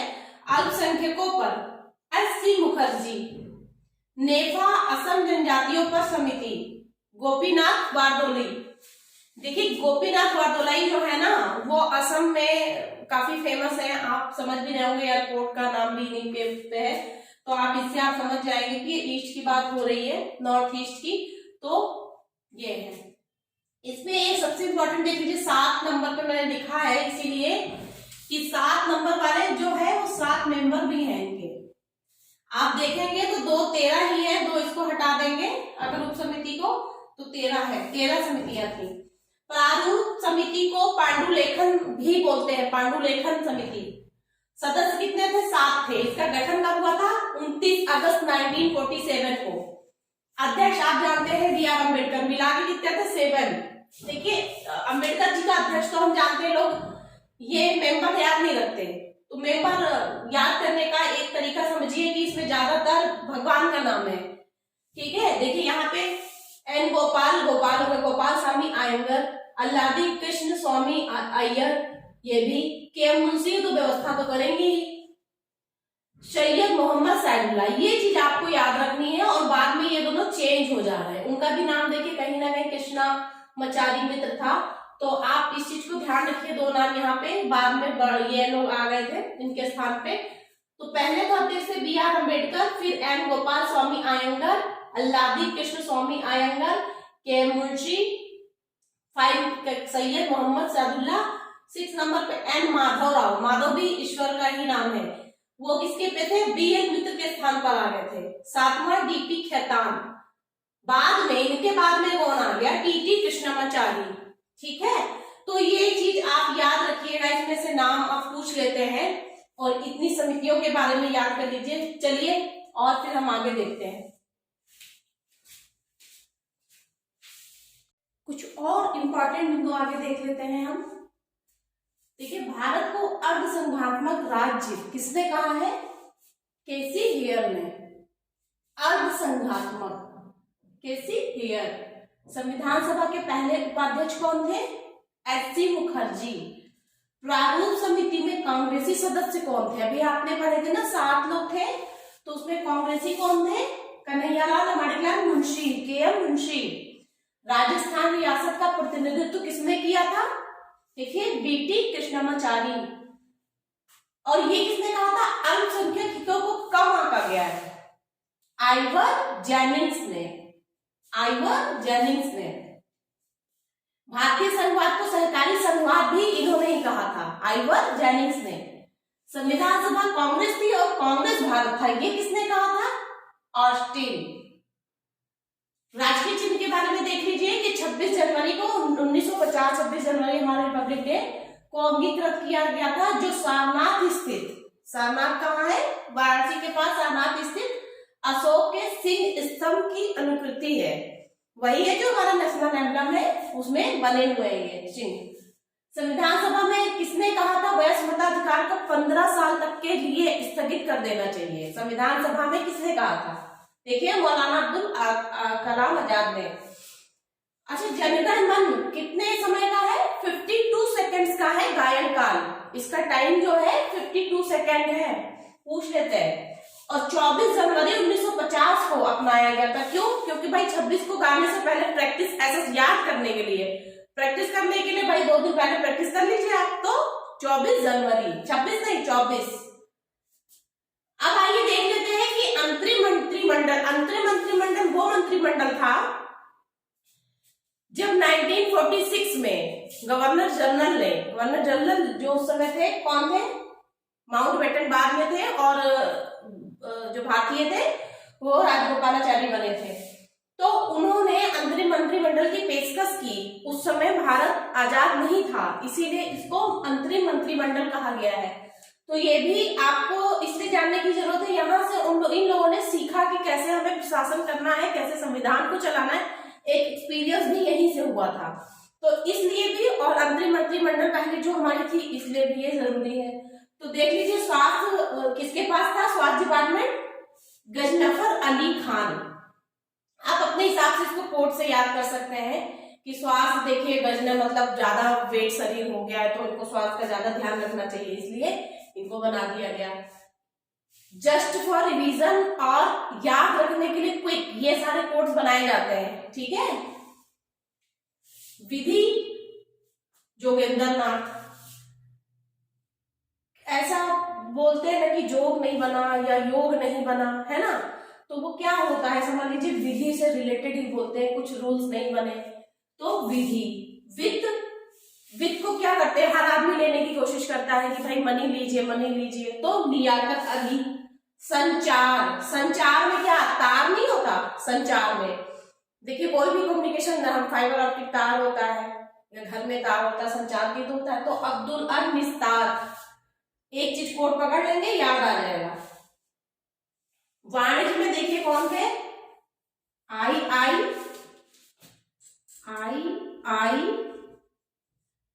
चुंदरीगढ़। देखिए चुनरी जो होती है ना, चुनरी खरीदना वाणिज्य के तहत, तो पैसा होना चाहिए, तो चुनरी से वाणिज्य, ठीक है। विदेशी मामले और राष्ट्रमंडल हमें पता है, जवाहरलाल नेहरू जी के हाथ में था। ग्रह भी पता है, फिर भी आप ध्यान रखिएगा, गृह और सूचना प्रसारण, भाई होम मिनिस्ट्री जिनके पास थी वही तो कम्युनिकेट करेंगे, तो कौन थे, सरदार वल्लभ भाई पटेल जी थे। रक्षा देखिए स्वतंत्र भारत के बाद भी यही बने थे, वहां मैंने बताया है आपको, देखिए यहाँ एक ही लोग हैं ये, बल जिसके होगा वही रक्षा कर पाएगा।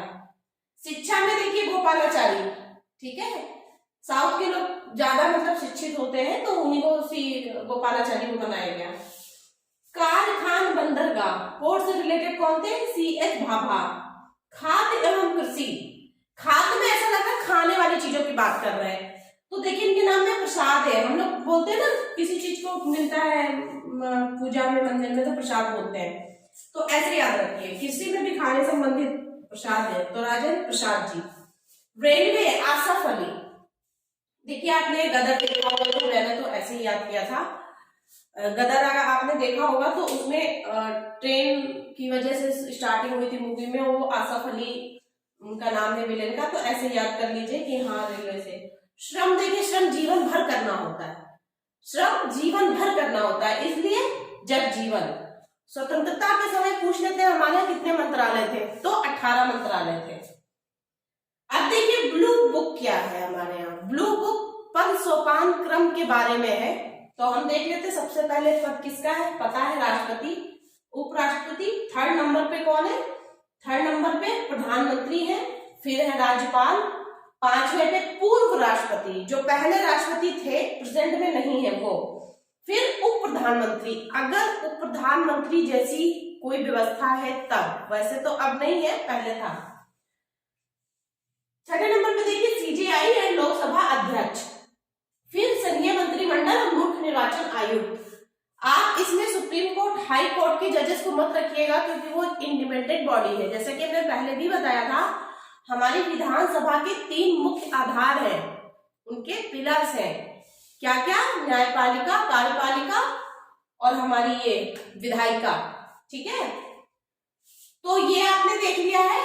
अब आप देख लीजिए भाग कितने हैं, ठीक है।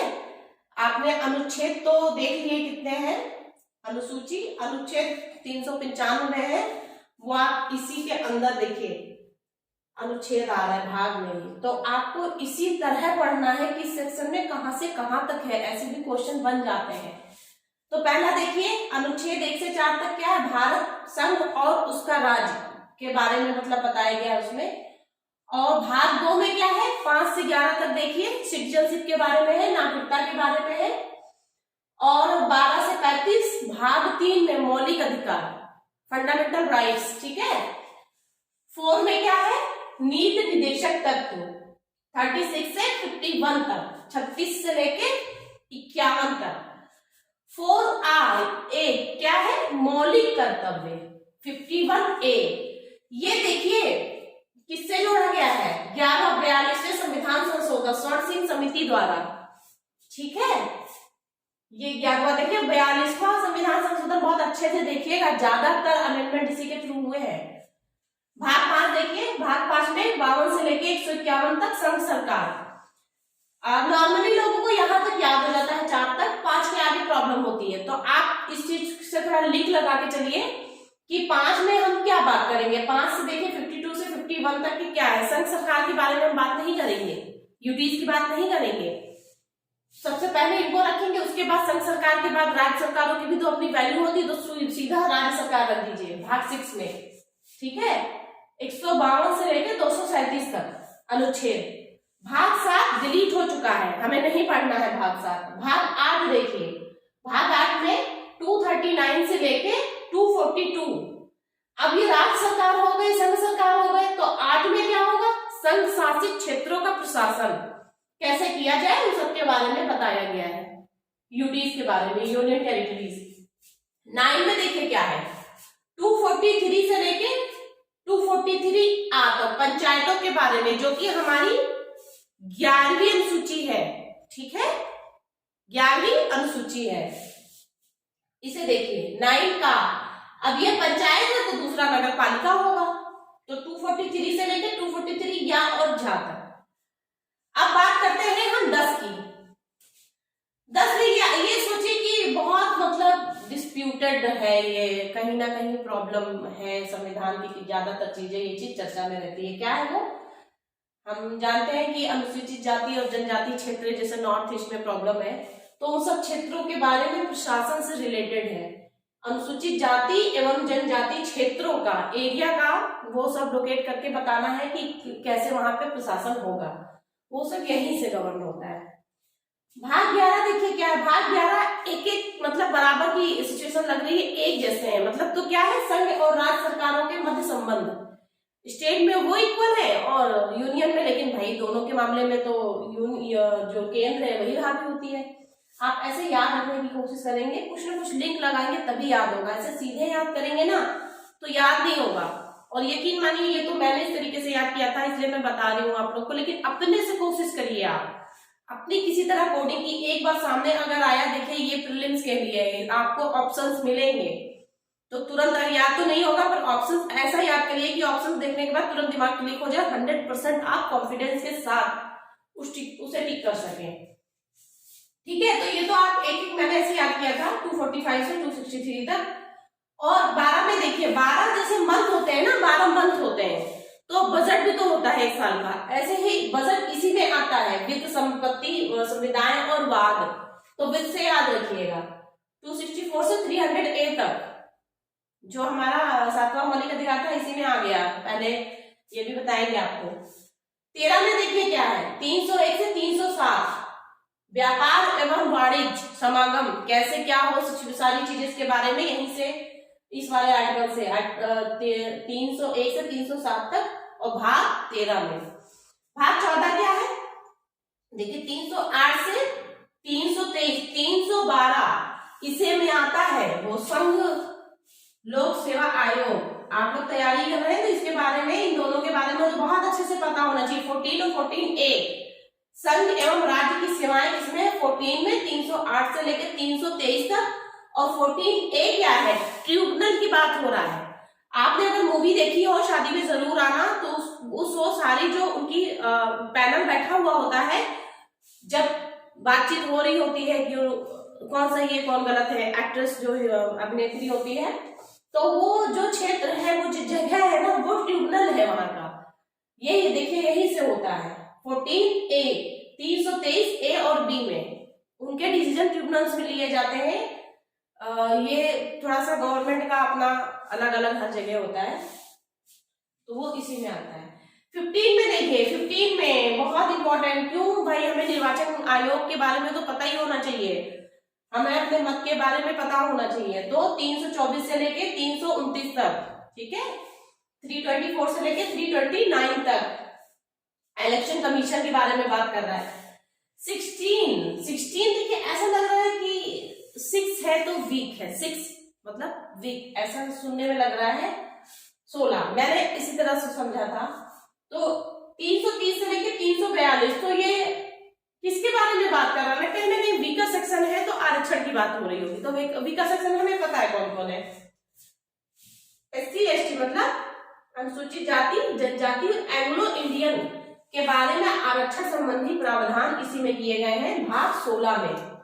17 में देखिए क्या है, 343 से लेके 351 तक राजकीय भाषाएं, वो लैंग्वेज कौन सी होगी, ये सारी चीजें यहीं से, इंग्लिश भी होती है, ठीक है, इंग्लिश लैंग्वेज है इसमें, और यहीं से पता लगाया जाता है कि क्या लैंग्वेज राजकीय की भाषाएं क्या क्या होनी चाहिए।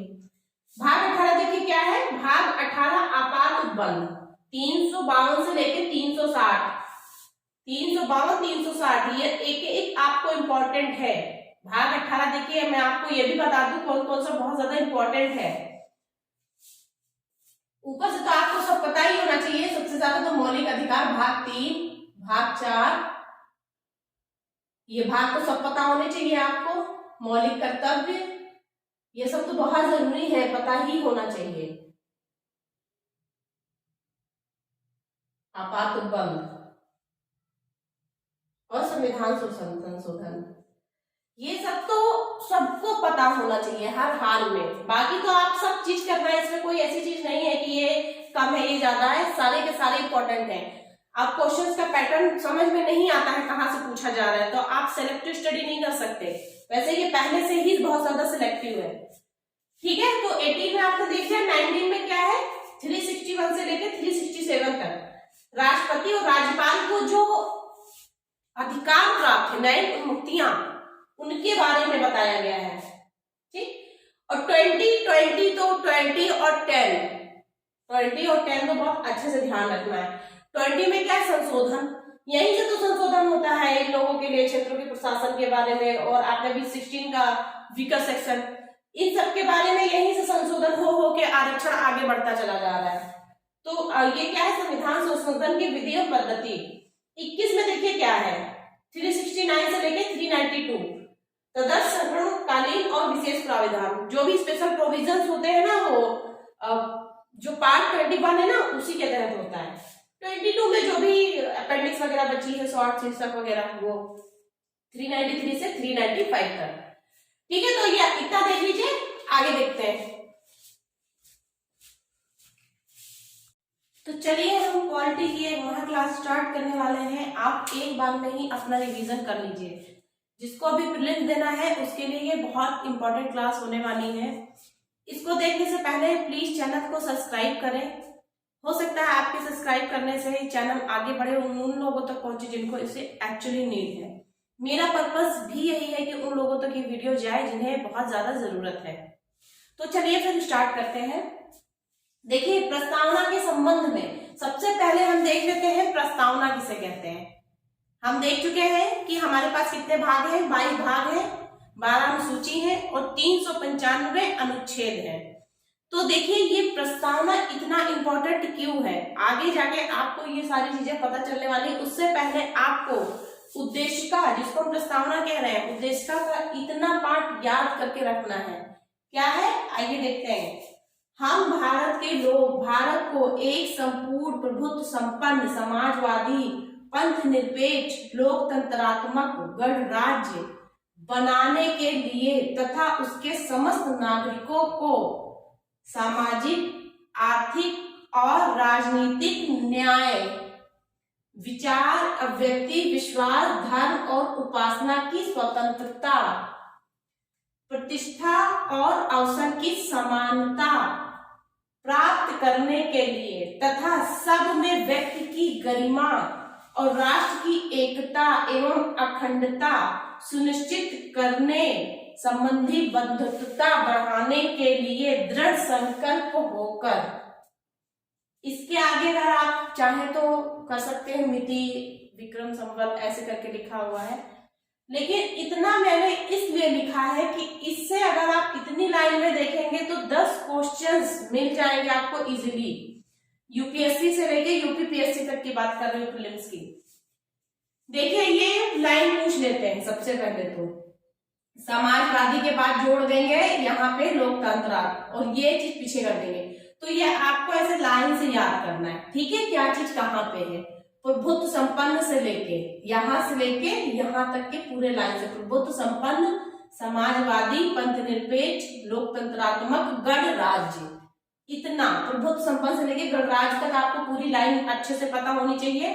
फिर देखिए, यहाँ पे सामाजिक, आर्थिक, राजनीतिक न्याय की बात कर रहे हैं। यहाँ पे क्या लिख देंगे, वो ये उठा देंगे, यहाँ लिख देंगे स्वतंत्रता, और स्वतंत्रता की जगह लिख देंगे न्याय। तो आपको पता होना चाहिए कि न्याय कहाँ पे है। सामाजिक, आर्थिक, राजनीतिक न्याय की बात की है, और यहाँ पे विचार, अभिव्यक्ति, विश्वास, धर्म और उपासना की स्वतंत्रता की बात की है। ठीक है, प्रतिष्ठा और अवसर की समानता। देखिए, अभी यूपी पीसीएस 2018 में अदर स्टेट की यूपी गर्ल्स को रिजर्वेशन दिया गया है, इक्वल टू यूपी की फीमेल्स के बराबर। कहीं ना कहीं यहीं से वो चीजें देख लीजिए आप, इतनी सी छोटी सी लाइन में पूरा का पूरा आप कानून समझ सकते हैं। बिल्कुल सही बात है ये, इसको डिकोड करिए आप। धर्म में क्या क्या आता है, प्रूफ कर दीजिए कि ये धर्म में आता है, कोई भी वो चीज जो आपको लग रही है। उपासना में आप प्रूफ कर दीजिए। ये एक एक शब्द में हजारों चीजें पुट की जा सकती हैं। स्वतंत्रता में अब बताइए, स्वतंत्रता के लिए कितनी सारी चीजें बनी है। मेनका गांधी ने बताया है, हर वो चीज जो इंसान को अच्छा लगे, जो उसे खुशी लगे, वो उसकी स्वतंत्रता है। प्राणी दैहिक स्वतंत्रता है। तो स्वतंत्रता में ही एक स्वतंत्रता को लेकर इतने सारे वर्ड्स बने कि स्वतंत्रता आप कैसे डिफाइन करेंगे, क्या है स्वतंत्रता। अगर आप डिफाइन कर पा रहे हैं तो इसमें आ जाएगी न्याय। राजनीतिक चीजों में तो उतनी ही चीजें हैं जितनी राजनीति के बारे में हम लोग को पता है, लेकिन आर्थिक और सामाजिक, सामाजिक में क्या क्या चीजें आप डिफाइन कर देंगे, किस न्याय की बात करेंगे, सोशल जस्टिस की। जितनी हम सोशल जस्टिस जीएस में पढ़ रहे हैं, ये सारी चीजें जितनी पढ़ रहे हैं ना, इस एक वर्ड में आ रहा है। आर्थिक जितना पढ़ रहे हैं एक वर्ड में आ रहा है, तो ये पूरा क्रक्स है। पूरा संविधान जानने की जरूरत नहीं है, आपने इतना जान लिया, इसको डिकोड कर लिया ना, तो बड़े बड़े वकील जो हम लोग जाते हैं ना कंसल्टेंट फीस लेकर वो हमें बताते हैं। देखिए मैंने बोला ना पहले ही कि जो वो रिजर्वेशन वाला इश्यू हुआ है कहीं ना कहीं यहीं से हुआ है। देखिए प्रतिष्ठा और अवसर की समानता, जब ये चीज इसमें लिखी हुई है तो सबके लिए अवसर समान है। अवसर में वो भी शामिल हो गया कि हम आगे आप देखेंगे किसी आर्टिकल में जाके 13, 14, 15, 16 जितने भी आगे तक है, उसमें ये सारी चीजें देखेंगे, इक्वलिटी की बात की गई है। कहीं भी लिंग भेद के आधार पे हम कहीं भी ऐसा कुछ नहीं करेंगे, विभेद नहीं करेंगे। तो अगर आपने ये सब चीजें अच्छे से पढ़ी है तो उसका रियल इम्प्लीकेशन क्या है समझिए, इसमें कितनी ताकत है। तो इसलिए इसको आपको पढ़ना है। हम भारत के लोग से लेके आप यहाँ तक के दृढ़ संकल्प, इसके आगे भी अगर आप पढ़ लेंगे, वो विक्रम संपत और इतना मिति करके बताए गए, वो भी बहुत अच्छी बात है अगर आप कर लेते हैं। बट ये तो करनी ही करनी है, ठीक है। चलिए इतना करने के बाद देखते हैं कि सब लोगों ने क्या बोला है इतनी ही लाइन के बारे में। संविधान की जन्म कुंडली है, जन्म कुंडली बता दी किसने, के मुंशी कन्हैयालाल माणिकलाल मुंशी जी ने। मुंशी क्या करते हैं, व्यवस्था करते हैं और चीजों को देखते हैं, तो क्या करते हैं वो जन्म कुंडली तो बताते हैं, है ना। ऐसा करके याद करिए। संविधान की परिचय पत्र है नानी पालकी वाला।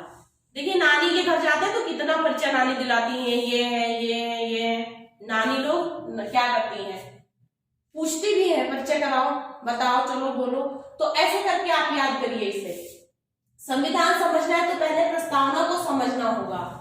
जस्टिस रामास्वामी जी ने कहा है अगर आपको संविधान को समझना है तो आप प्रस्तावना तो पहले समझ लीजिए, तभी तो आप संविधान समझ पाएंगे। एक एक चीज की मीनिंग निकालनी पड़ती है। अगर आपने इतना समझ लिया तो फिर आपको आगे पॉलिटी में फिलहाल कोई प्रॉब्लम नहीं होगी, और इसी से लिंक सारी चीजें आपको समझ में आने वाली है। जीएस में भी सारी चीजें देखिए, मैंने बोला ना एक शब्द सामाजिक न्याय, पूरा सोशल जस्टिस का जो टॉपिक हम पढ़ते हैं इसमें आ जाता है। हर एक वर्ग, छोटा बच्चा, बड़ा, वृद्ध, दिव्यांग, जितने लोगों के बारे में सब कुछ इसमें आ जाता है इस एक वर्ड में।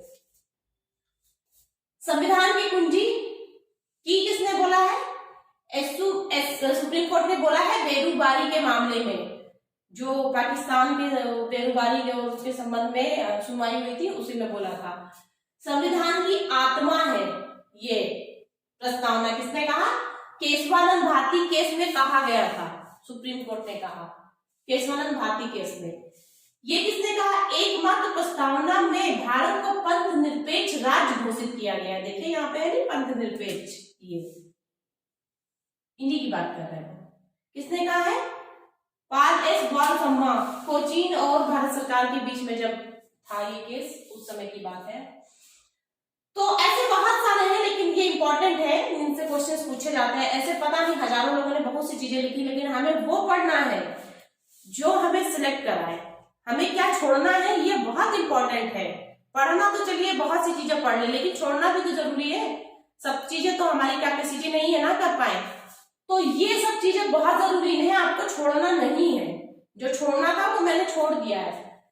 तो आप देखिए इसकी वैल्यू कितनी है, ठीक है। अब हम बात करते हैं जब ये संविधान हमारा बन गया तो रीजनल लोकल लेवल पर लोगों को बड़ी दिक्कतें होने लगी थी। स्टेट बड़ा था, कहीं प्रशासन की सुविधा में दिक्कत आ रही थी, कहीं लैंग्वेज के इश्यूज आ रहे थे।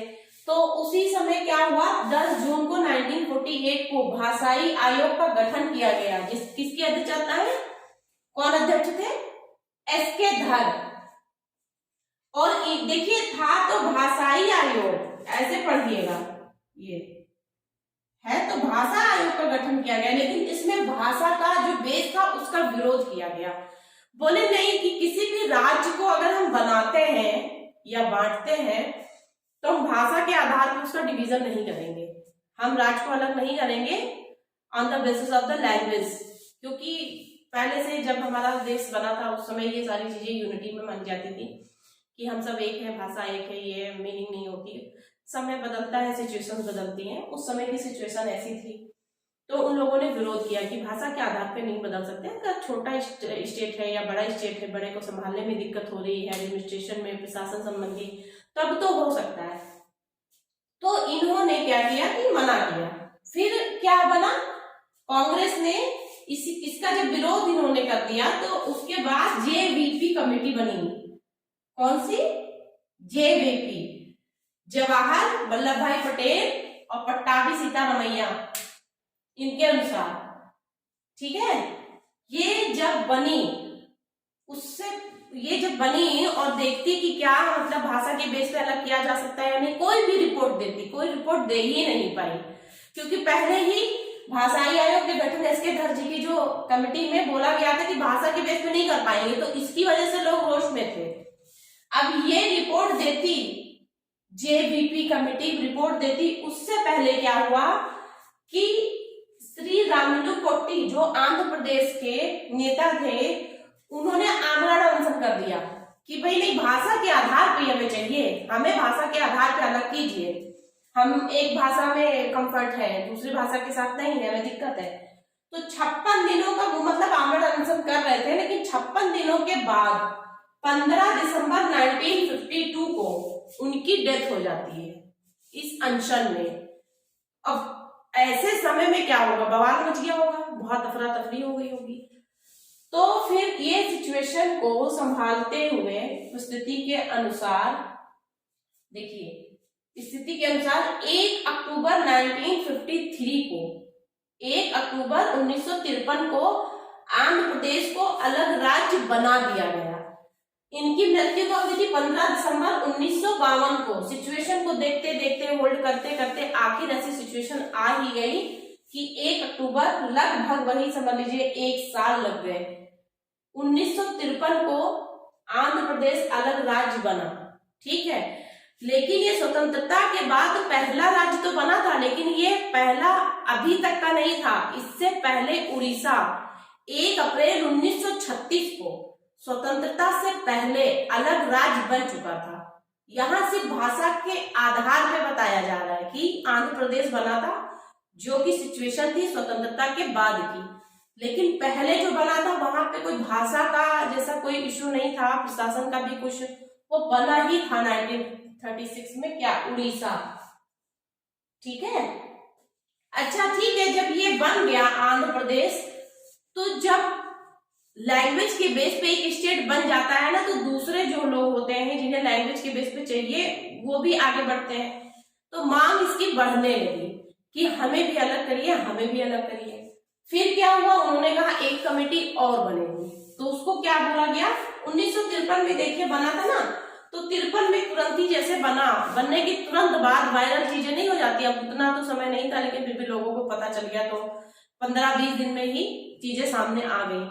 तो उसी समय 1953 में राज्य पुनर्गठन आयोग बना दिया गया कि भाई देखिए आप करिए समरी, देखिए फिर से ऐसा कुछ है तो उसमें कौन थे अध्यक्ष, फजल अली, के.एम. पडिक्कर, हृदयनाथ कुंजरू। इसी राज्य पुनर्गठन आयोग के बेस पे ही 14 राज्य और 6 यूटीज, 6 संघ शासित क्षेत्रों में बांटा गया। अभी तक 7 थे, अभी रिसेंटली में 2 लेह और लद्दाख ऐड हुआ है, वरना 6 स्टार्टिंग में बताइए 1956 की बात है। ये देखिए 14 राज्य और 6 संघ शासित प्रदेश 1956 में 7th अमेंडमेंट द्वारा, मतलब 7वां संविधान संशोधन द्वारा ये किया गया है। ये बहुत पूछते हैं क्योंकि पहली बार यही 14 राज्य और 6 यूटीज में इन्होंने हृदयनाथ कुंजरू, के.एम. पडिक्कर, फजल अली, अध्यक्ष थे फजल अली जी, 7वें संविधान संशोधन द्वारा किया गया। फिर जब मांग बढ़ने लगी तो धीरे धीरे फिर क्या होता रहा, स्टेट बढ़ते रहे। तो आइए देखते हैं ये एकदम। तो 1960 में बंबई से गुजरात अलग हुआ। 61 में देखिए, 61, 62 तक क्या आप देखिएगा कि यूटीज की बात कर रहे हैं, यूनियन टेरिटरी, संघ शासित प्रदेश की। 1961 में दादरा नगर हवेली को यूटी घोषित किया, ठीक है। 62 में किसको किया, पौंडीचेरी को। फिर से 62 में किसको, गोवा दमन दीप को। और देखिएगा संविधान संशोधन सबके आगे लिखा हुआ है, ठीक है। पौंडीचेरी को 14th, गोवा दमन दीप को 12th 12 से, नागालैंड को 13, लेकिन नागालैंड राज्य बना था 1963 में। 66 में देखिए पंजाब से हरियाणा अलग हुआ, पंजाब से हरियाणा 1966 में अलग हुआ। 1970 या कहीं कहीं 71 भी है बुक्स वगैरह में, तो हिमाचल प्रदेश। 72 में देखिए एमएमटी, मेरा कोड है ये, बनाया हुआ था मैंने, एमएमटी से याद हो जाता था, टी से तो त्रिपुरा हो गया, मणिपुर मेघालय पास पास में है, ठीक है। मेघालय तो जस्ट बीच में है और मणिपुर उसके जस्ट ऊपर, मिजोरम के जस्ट ऊपर, ठीक है। और ये नॉर्थ ईस्ट के स्टेट है। अच्छा, ऐसा क्यों किया गया कि इनको तोड़ा गया? कुछ दिमाग में रखेंगे ना तो चीजें जल्दी याद होती हैं। सब देखिए मणिपुर के जदनांग और ये सब तभी जब हमारा स्वतंत्रता चल रही थी तभी से ये लोग एक्टिव थे।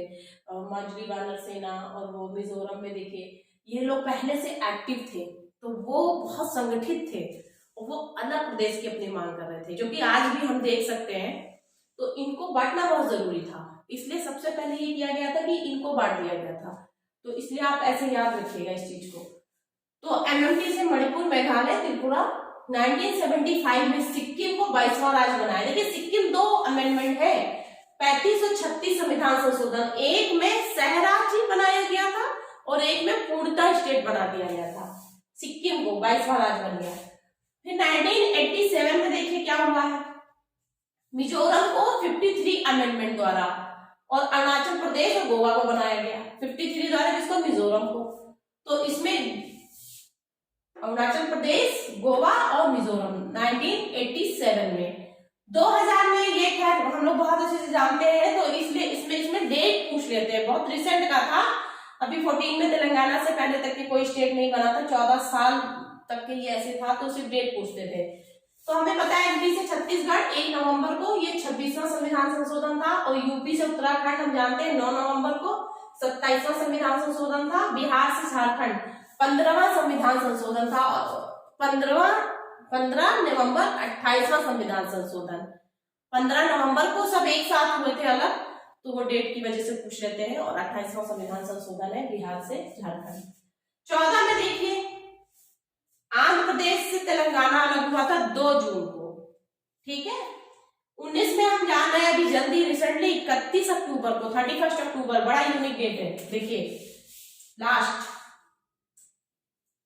लेह लद्दाख और जम्मू कश्मीर को, जम्मू कश्मीर तो खैर स्टेट था ही, लेकिन यूपी में लेह और लद्दाख को 2 बना दिया गया। इसलिए प्रेजेंट टाइम में कितने हैं, 29 थे, तो हटा दिया गया है एक को, तो मतलब यूटी में ले आया गया जम्मू कश्मीर लेह लद्दाख। तो 28 स्टेट है और 9 यूटीज हैं। तो चलिए इतनी बात हो गई, अब हम आगे देख लेते हैं।